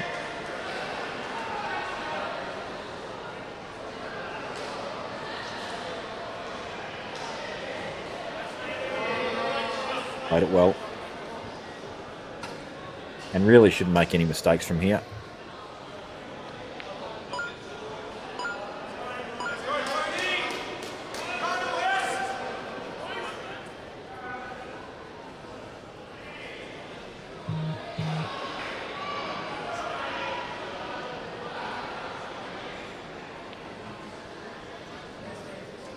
Well, that surprises me a little, but still okay.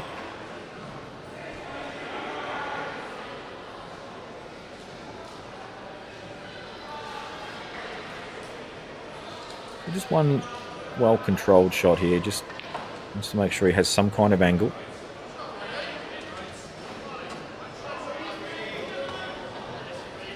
It's a touch straight. Should be okay. Should be able to force off the top rail and back out for the black. Oh, he had the angle the other way, even better. And a good frame here from Brent Reid. Breaks and runs. Goes to 9-8. This sends a message to WA. Hey, you know what? We're still here.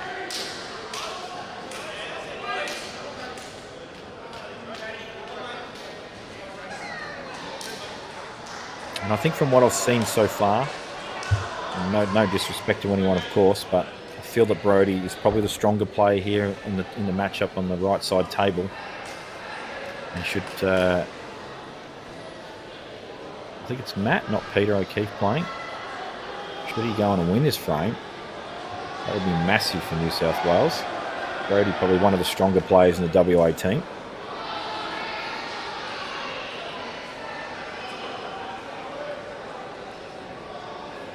Now, I'm not sure where they've got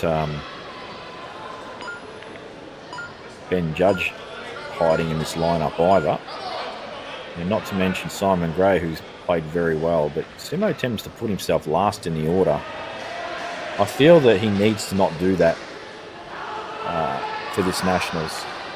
He should be one of the leading players in this team, and you don't want to be leaving one of your better players on the last position. You want to try and obviously finish the match before it gets to that. I know the anchor position can be important, but the whole idea is to win matches before it gets to the last frame.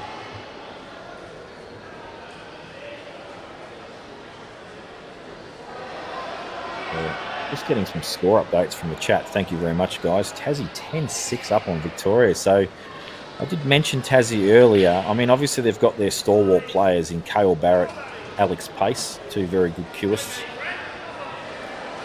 Not sure who else is in their team, but they're just such a vocal and high-spirited team, usually pretty young players as well. They're always just can be a little bit dangerous in matches.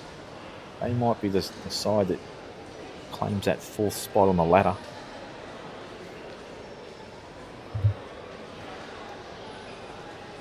But I think New South Wales will certainly have something to say about that.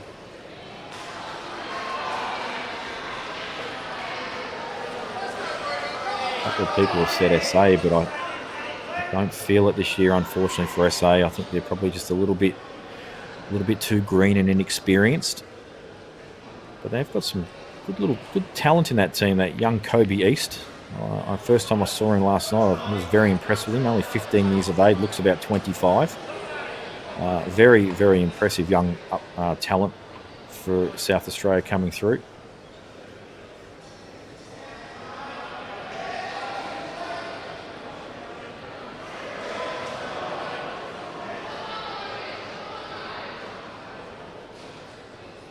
So On the left side table, as I said on the right, I feel that Greg is probably the stronger player of the two. However, if Matthew grabs this frame off him, it's massive for WA.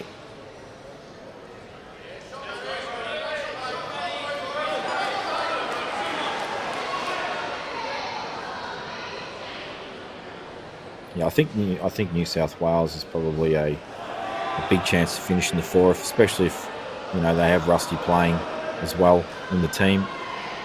That'll give them quite a strong four in Rusty, Brent Reid, Travis Crawley, Greg, and they've got some good backup players as well with some experience and some skills. But it's a funny old thing, Nationals. You can see some interesting things happen.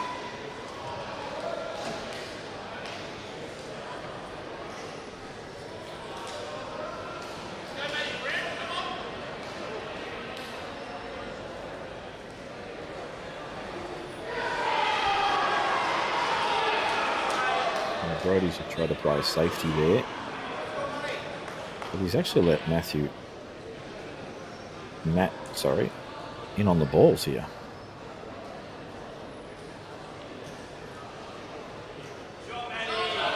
Great shot there from Matt from WA.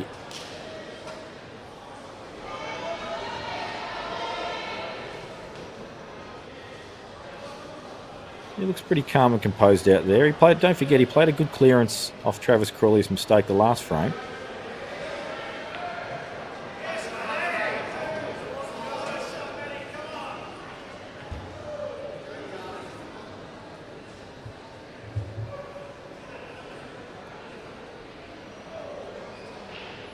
And you know what, when we've been talking about this, I forgot all about the New Zealand team.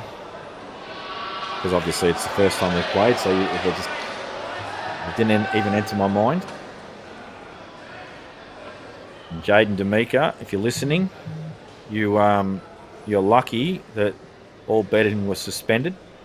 SA have just got 13-6 up on NT.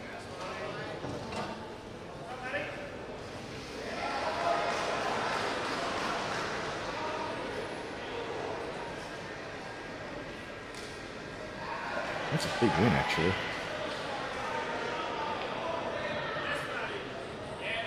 Oh, that's gone wrong.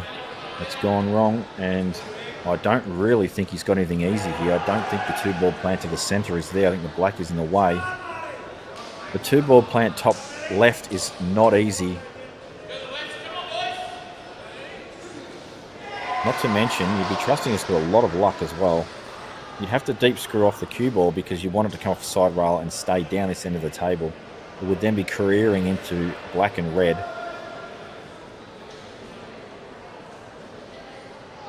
But I don't think this is likely to turn out well.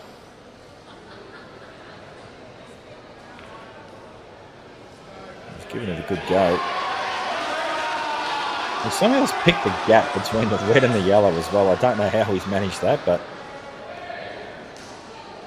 I think Greg will be very happy with that outcome. All his balls are wide and in the open, no obstructions at all. Just needs to deal with a couple of small positional shots with the two balls in the middle of the table, which look really easy, but because they're just covering one another, just need to make sure that you clean one up, get on it neat, so that way it's an easy transition to the other. Meanwhile, an in-off from Matt on the right side table, giving Brody ball in hand.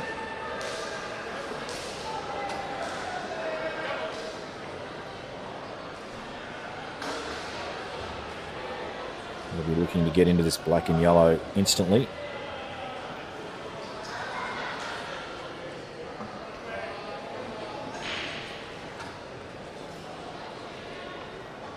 I think this is the better shot.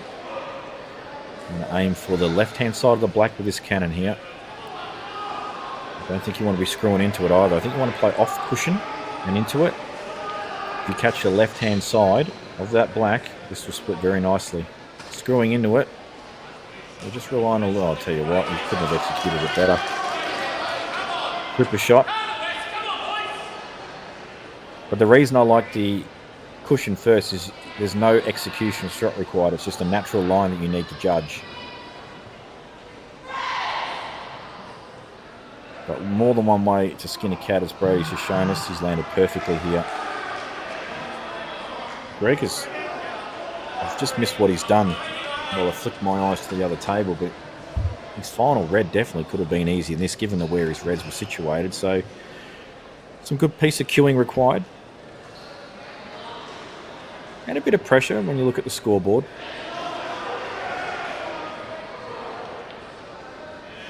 Makes no mistake. Well judged.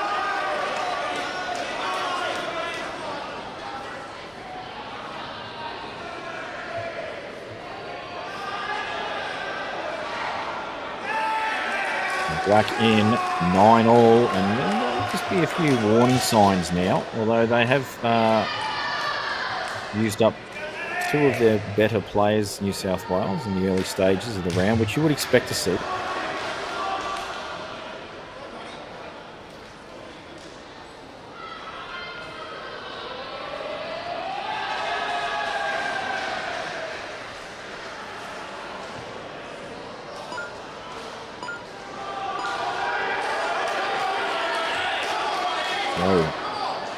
Opportunity gone begging. I can't believe Brody missed that out.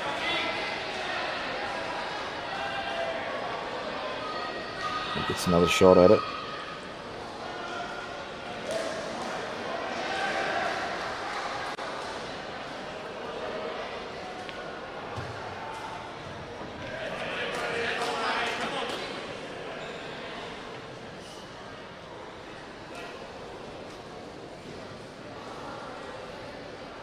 So as we come to the conclusion of this match, another 4 or so frames to go.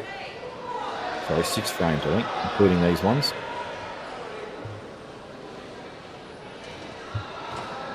Ben Judge and Barry Crossy. I don't know who Barry is, and he's not giving himself a great account first up. He's just foul broke.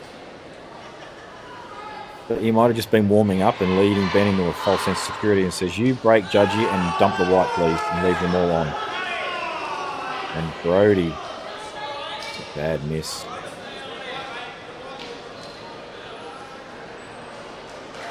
be fair, I think Brody will agree. I think he's played a stinker of a frame. He's had multiple opportunities to win this.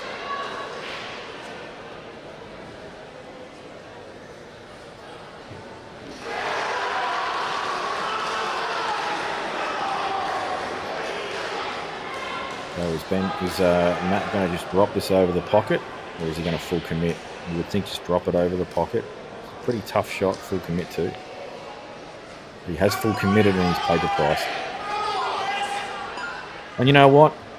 I'll never really give him a hard time for that. He's trying to win the frame. Some people might sit there and say, what an idiot, he should have sat it over the pocket. But he's tried to win the frame. And when people try and make a pot and miss it, well, that's human, isn't it? We all make mistakes. So whether it was the correct shot or not, he made the decision to go down and knock it in. I can't knock him for that. So WA reclaim the lead, 10-9. Ben Judge off a foul break gets the break, which means WA will probably break on the other table as well.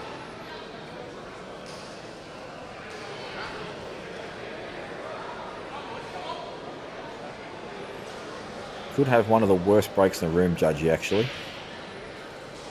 Looks like he's just going to light up with power and then nothing happens. And I feel your pain, Judgy. I feel your pain, buddy. You're in the same line as me, just not blessed with Q power. But you're a superstar all the same. And now he is handed the table back to Barry. See what he can do. It can't go any worse than his opening shot where he foul broke. So all to play for.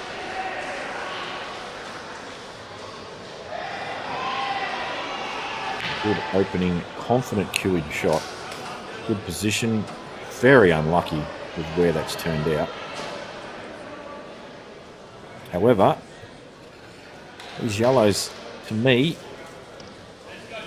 don't really all look like a simple clearance. They all look sort of stuck to one another or covered by a red, or I wouldn't be in a hurry to pot too many balls here if I was Barry. Oh, well, somehow found anything off there.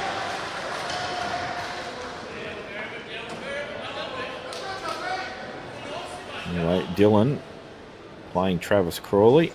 So Travis has come in mid-order.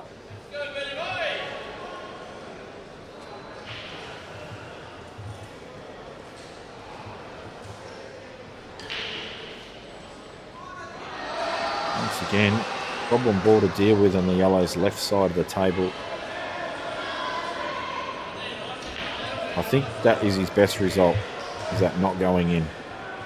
Had that have gone in and he was just going to keep potting balls, unless he was going to play that yellow off the other yellow, very thin. I think that just sitting over the pocket is best for him. And Travis has tried to tie things up. That promoted the yellow closer to the pocket. He's well aware that that yellow is tied up and needs something done with it. I wouldn't be against him coming off the top rail here. If he's not going to pot a ball and not go for these, like say pot the ball top right hand corner and then play yellow off yellow, if he doesn't like that, then coming off the top cushion, in behind the yellow, get a snooker, open it up. That's what he's going to do.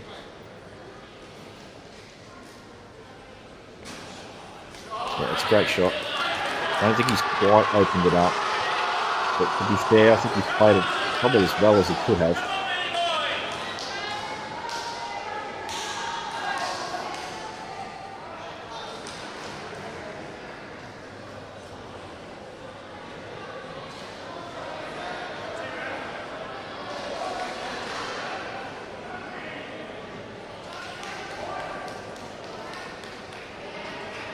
So, any ball contact will be happy with Travis.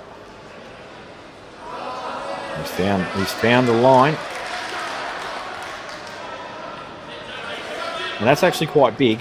Ball in hand there would have been massive for Dylan. The fact that he's made some kind of contact just makes things much harder.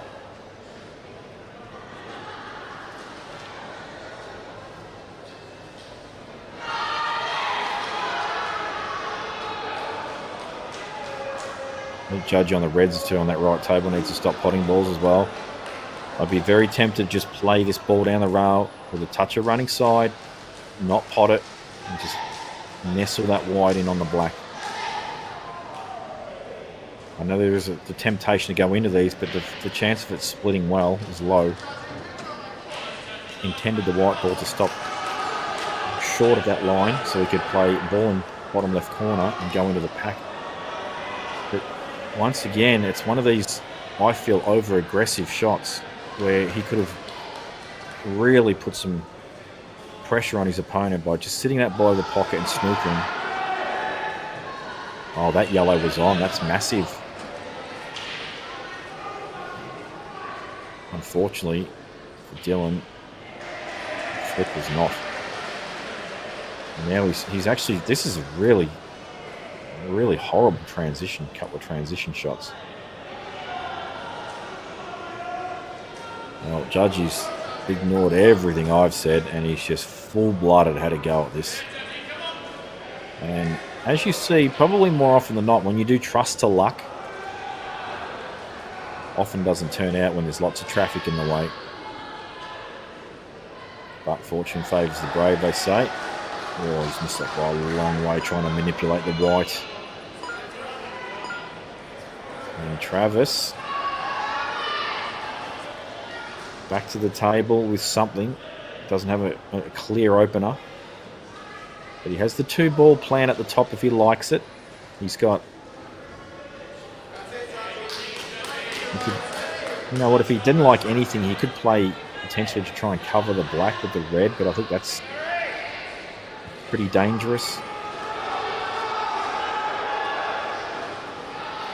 Don't know if you can cut this inside the yellow. It looks pretty thin.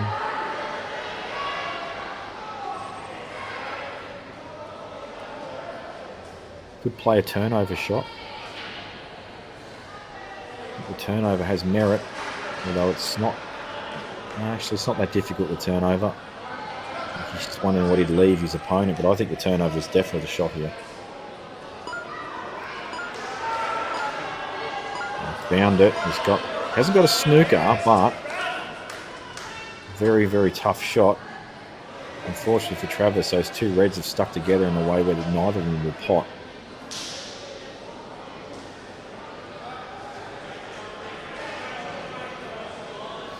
I think Dylan can get through to the potting angle on this.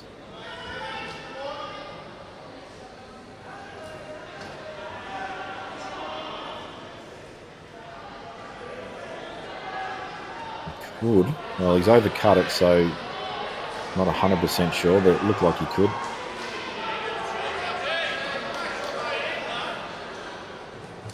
The judge is just trying to keep the pressure on there. He's obviously overcommitted, and now he's just in defence mode.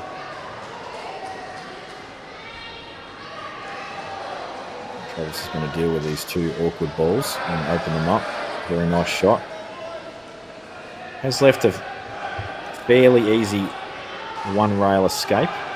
However, it's one of those ones where you can't see what you're lining up for because the balls are going in behind your body. It looks like he could go off the side rail as well. I just like the up and down because you're more likely to push the ball to the pocket. However, if you hit the highest of these two yellows, it won't be bad.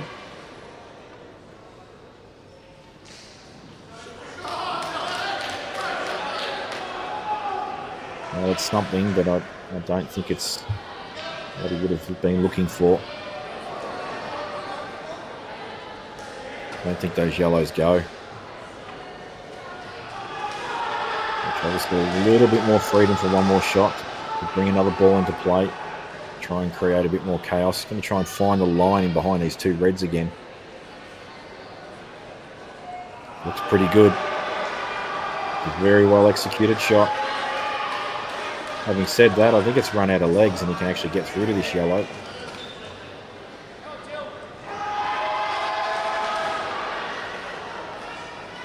You just sort of start to feel like Travis is manipulating his balls in such a way where he's getting a big advantage in this match, in this frame. Meanwhile, Barry, on the other table, on his last yellow,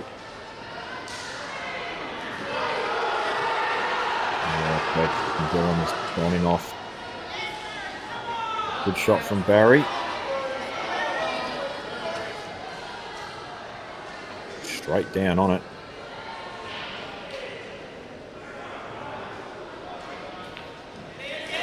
And in it goes. 10 all. You just had the feeling this match was going to come down to the wire, and 10 all, 4 to go, including this frame on screen, which Travis is now starting to get himself into a favourite position. I like that he's changed his shot here. You can always find that line that he looked at there with lots of balls in the vicinity. This was the ball that didn't really link well. He's overscrewed that slightly, so we'll probably play the one to the left now. Wants to find the higher one of these two, the one more to the right. We're looking at another snooker. He likes this shot. Oh, lovely. However, I'm not sure that red goes anywhere. Just checking to see if it'll go off the black. Body language doesn't really give a lot away. But I think, given that he hasn't rushed to play the next shot, still got a little bit of figuring out to do. You can just see the cogs turning. Smart player, Travis. He won't do anything too crazy. I think maybe a snooker might be on the cards. if he doesn't find a line to kick it out again. You've got to remember, kicking this red out now. Yeah, he's played deliberately for the snooker here.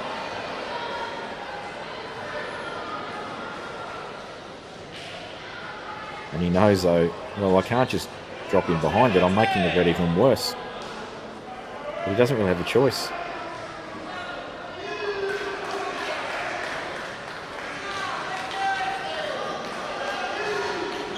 Very important that Dylan hits this ball. Ball in hand may offer Travis a link to the ball in the right middle and kick the black out of the way. Quite difficult to tell from the camera angle we've got just how much room is available past the black in the middle. But it does seem to be sitting to the low side of the pocket more than the high side. So anyway, that could all be oh, he can hit this, can he? Wow, he could hit it. He could probably pot it.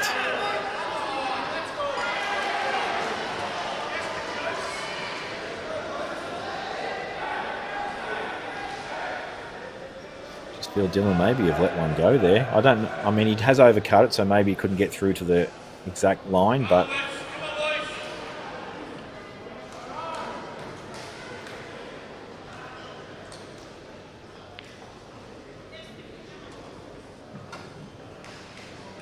once again, he's in a bit of a tough spot here. He's trying to find a line where he can get to the right side rail and drop another snooker in.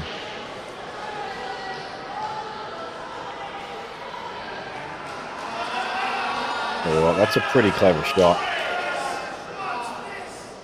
I think he's actually hit that to absolute perfection.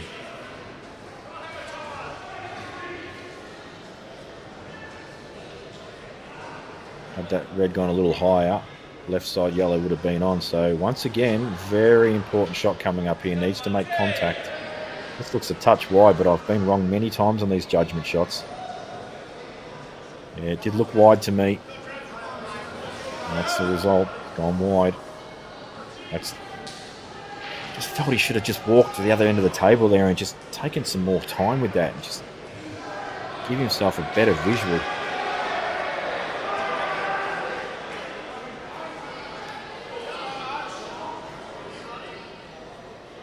So Travis, once again, he knows that this red is awful. He needs to knock it into a position where it's in more open play with another ball in hand so we can get it. So he's going to bring it into play. And hopefully for him, a more potable position. So not only is it in a more potable position because it does go to a pocket now, I think the black is cut off. Now the fact that he hasn't taken ball in hand and played the red inside the black to the right middle when it's in the middle of the table tells me that perhaps it's not on, or he's just getting some coverage first. Lots of slide on this left hand side to try and straighten the line up because it's not natural. Great shot, very good shot.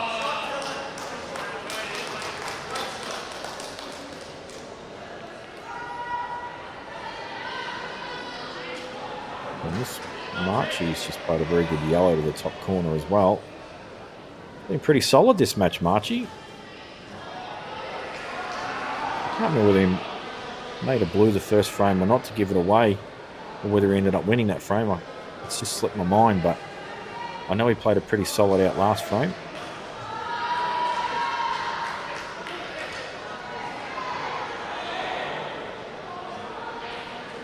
Jeez, that's risky, and I think he's left it on.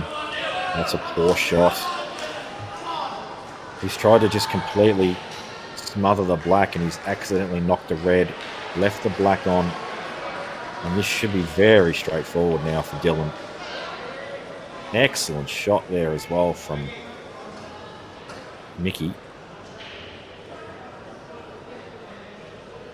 The juice, not sure what that means. Oh, he's overcut that, has he? And that is okay. So this is a massive frame here for WA.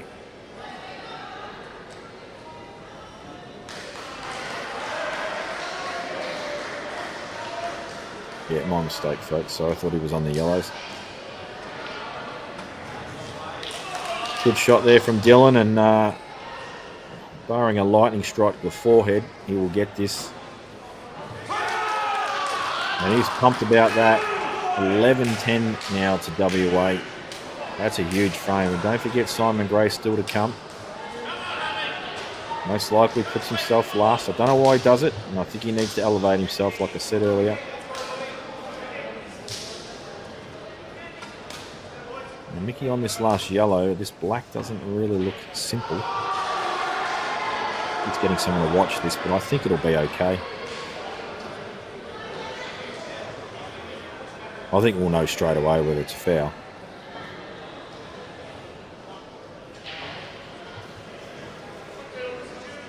But it's good of him to get someone out to watch it because it's better to have more eyes on it. That's fine. Oh, he's missed it. I thought that went in. So Reds now. Decent opportunity. I don't think there's a big enough gap for that red to slide in past the yellow easily. Remember, these pocket cuts are a little different. A bit squarer cut so they don't jam in as easy.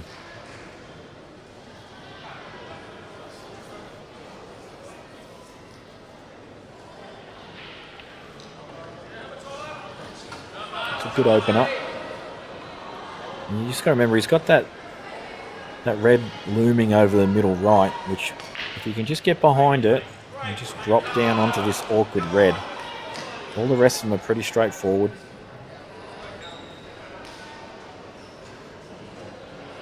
So if this is me, I'm potting this ball on the top left,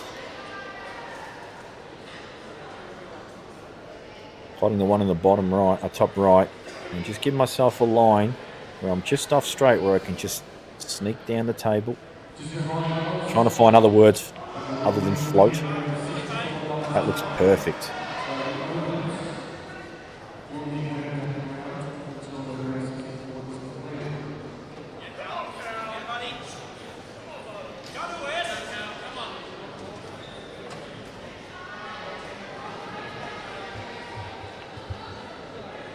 Has he overplayed it? No, he's hit it perfect.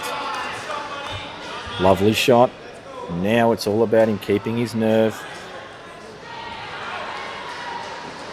And I must say, I did suggest potting the ball top left first, but I don't mind that he's left it there. It gives himself a bit of insurance. And also more choices for position on the black. So this is the big shot coming up right now.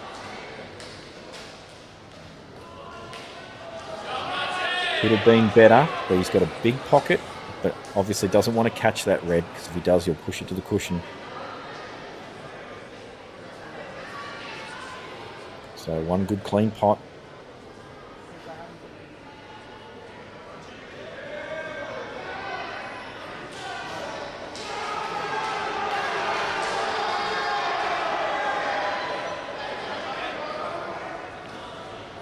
Looks good.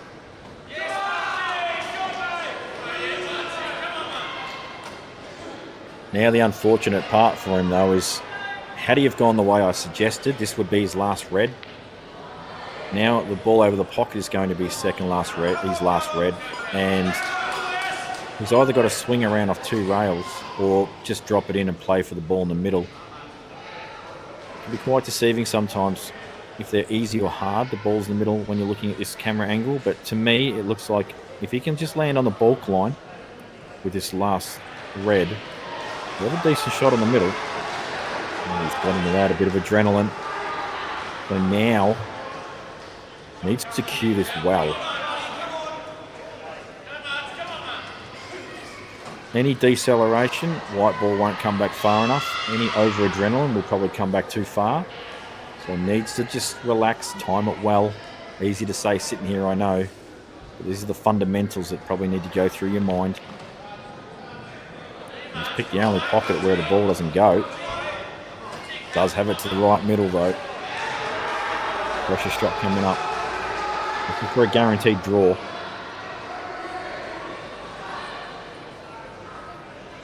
We're at day 2 and it already feels finals like. It's quite a good atmosphere.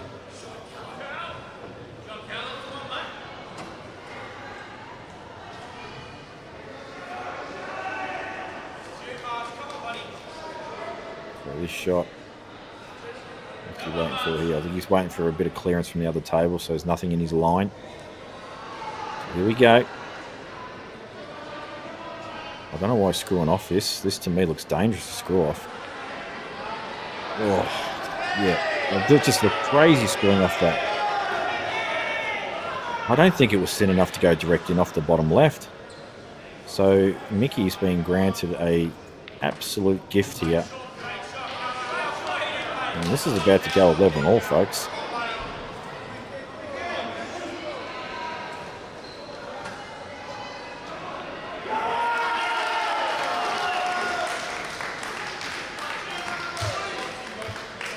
Now, I didn't catch what Callum was on the other table. I'm assuming reds. And if it is reds, and that red goes to the bottom right, what a good spot he's in.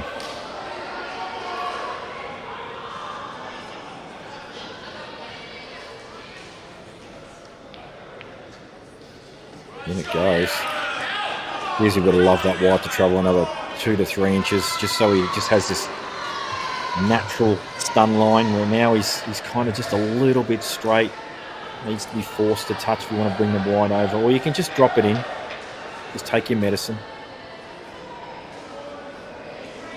Just run the white through a touch, take your medicine, back yourself to pop the ball in the middle.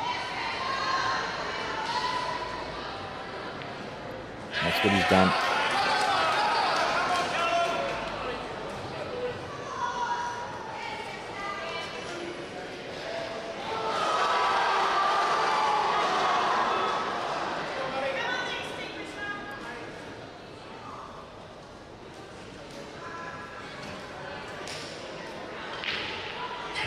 In it goes. So WA are the first to 12. They've guaranteed themselves a draw. We've got 1 frame left to play. And will it be a win for WA or a draw? I think New South Wales will be over the moon with the draw, given that they let this match slip away in the middle stages of this match. They had quite a commanding lead early.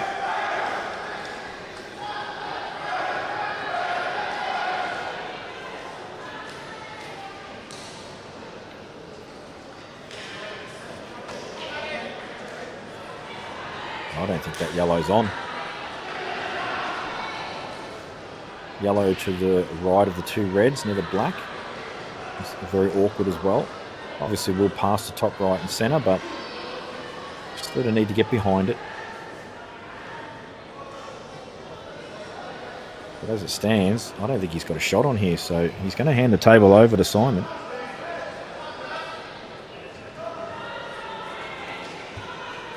And he's in that winning frame of mind at the moment. So this could be a very interesting conclusion.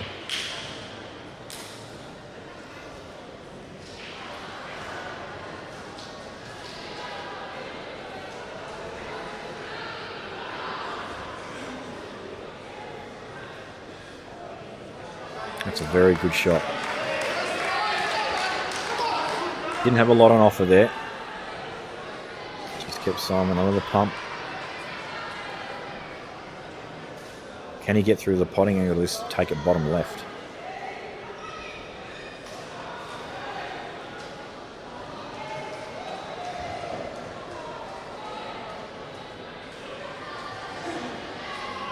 I can't see another shot.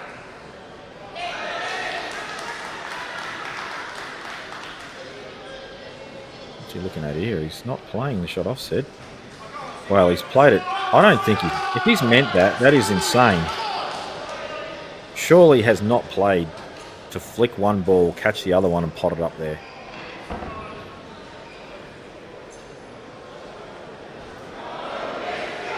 If he had, I know he's a pharmacist, but he's not a rocket engineer or whatever Dave Rothel is. That's some calculations right there. I'm gonna say that he's had some good fortune, and not only that, he's got all his balls in play. Sensational chance to get WA the win here.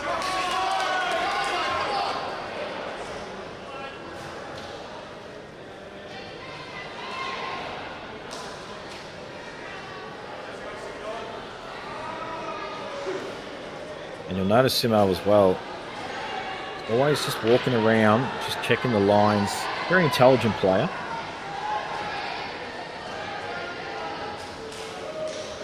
So I like that he's taking a lot of time on this shot, because although it's a simple pot, the exact line that he wants for this ball in the middle is absolutely paramount, because if he lands too straight, it's probably no good.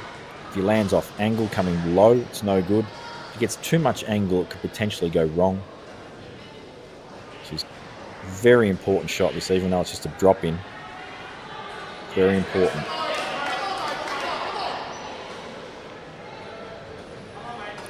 I'm pretty sure the only red that goes to that top left is the highest of the three. And if he gets on there, then obviously he's got a beautiful little link up to the last two. If he's too straight on this, he can run right through to the left-hand side of the table, and you still will have choices.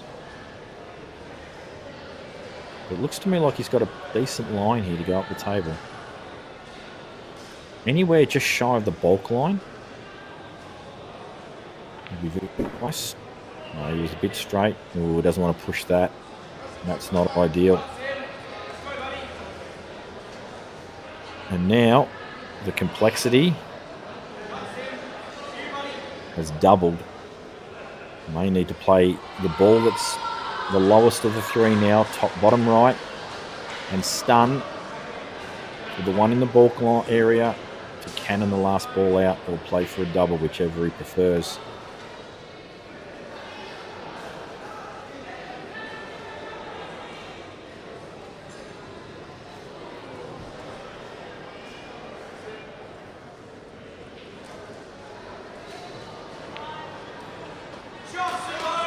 Oh, he's overplayed it.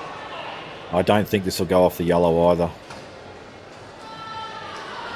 So he may actually have to just either play a safety where he pushes the red in front of the yellow. So off the yellow, take the red to the side rail and block the yellow. Opens up the other red a little bit as well. Or full-blooded, screw back off the double to the middle on the lower of the two reds, which looks very difficult.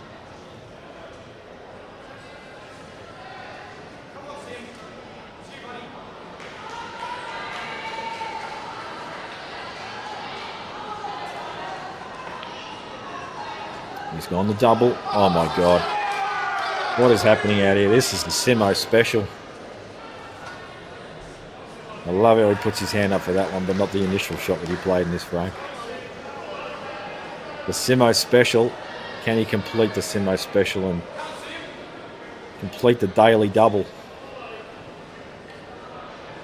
This is thin. He's got a choice to play it off the yellow as well.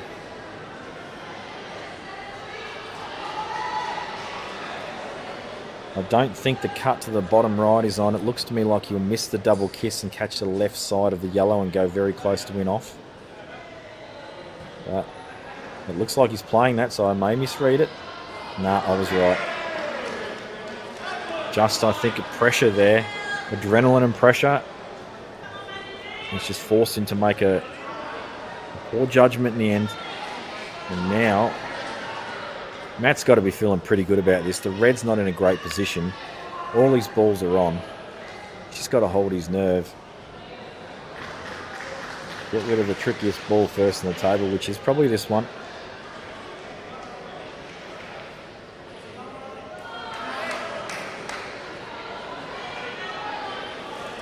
Now just, I think he's got a good angle to head back up for that other ball in the bulk area now. Could leave it to last, of course, if he wants to. I mean, there's multiple ways you can go about this.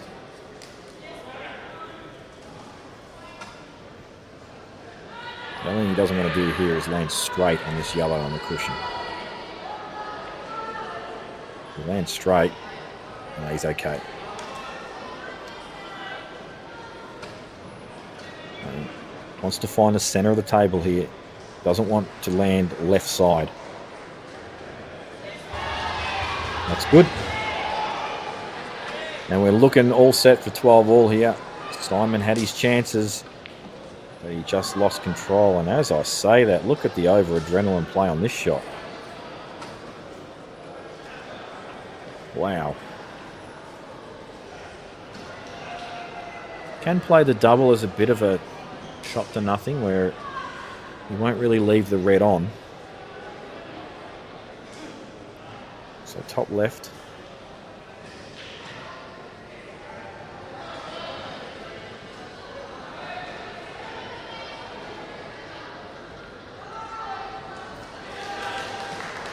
Looks pretty good. Looks very good. Wow. Just to add a little bit of drama to the match. And can we see another Simo special here? Does not mind a full length table double. And if he misses it, jag off 2 rails and into another pocket.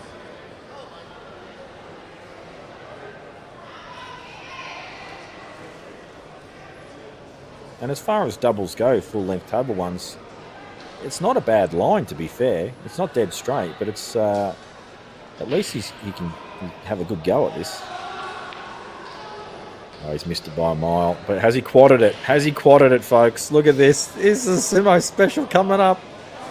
He sits it over the pocket. Well, it would have been an absolute injustice to New South Wales to see that go in.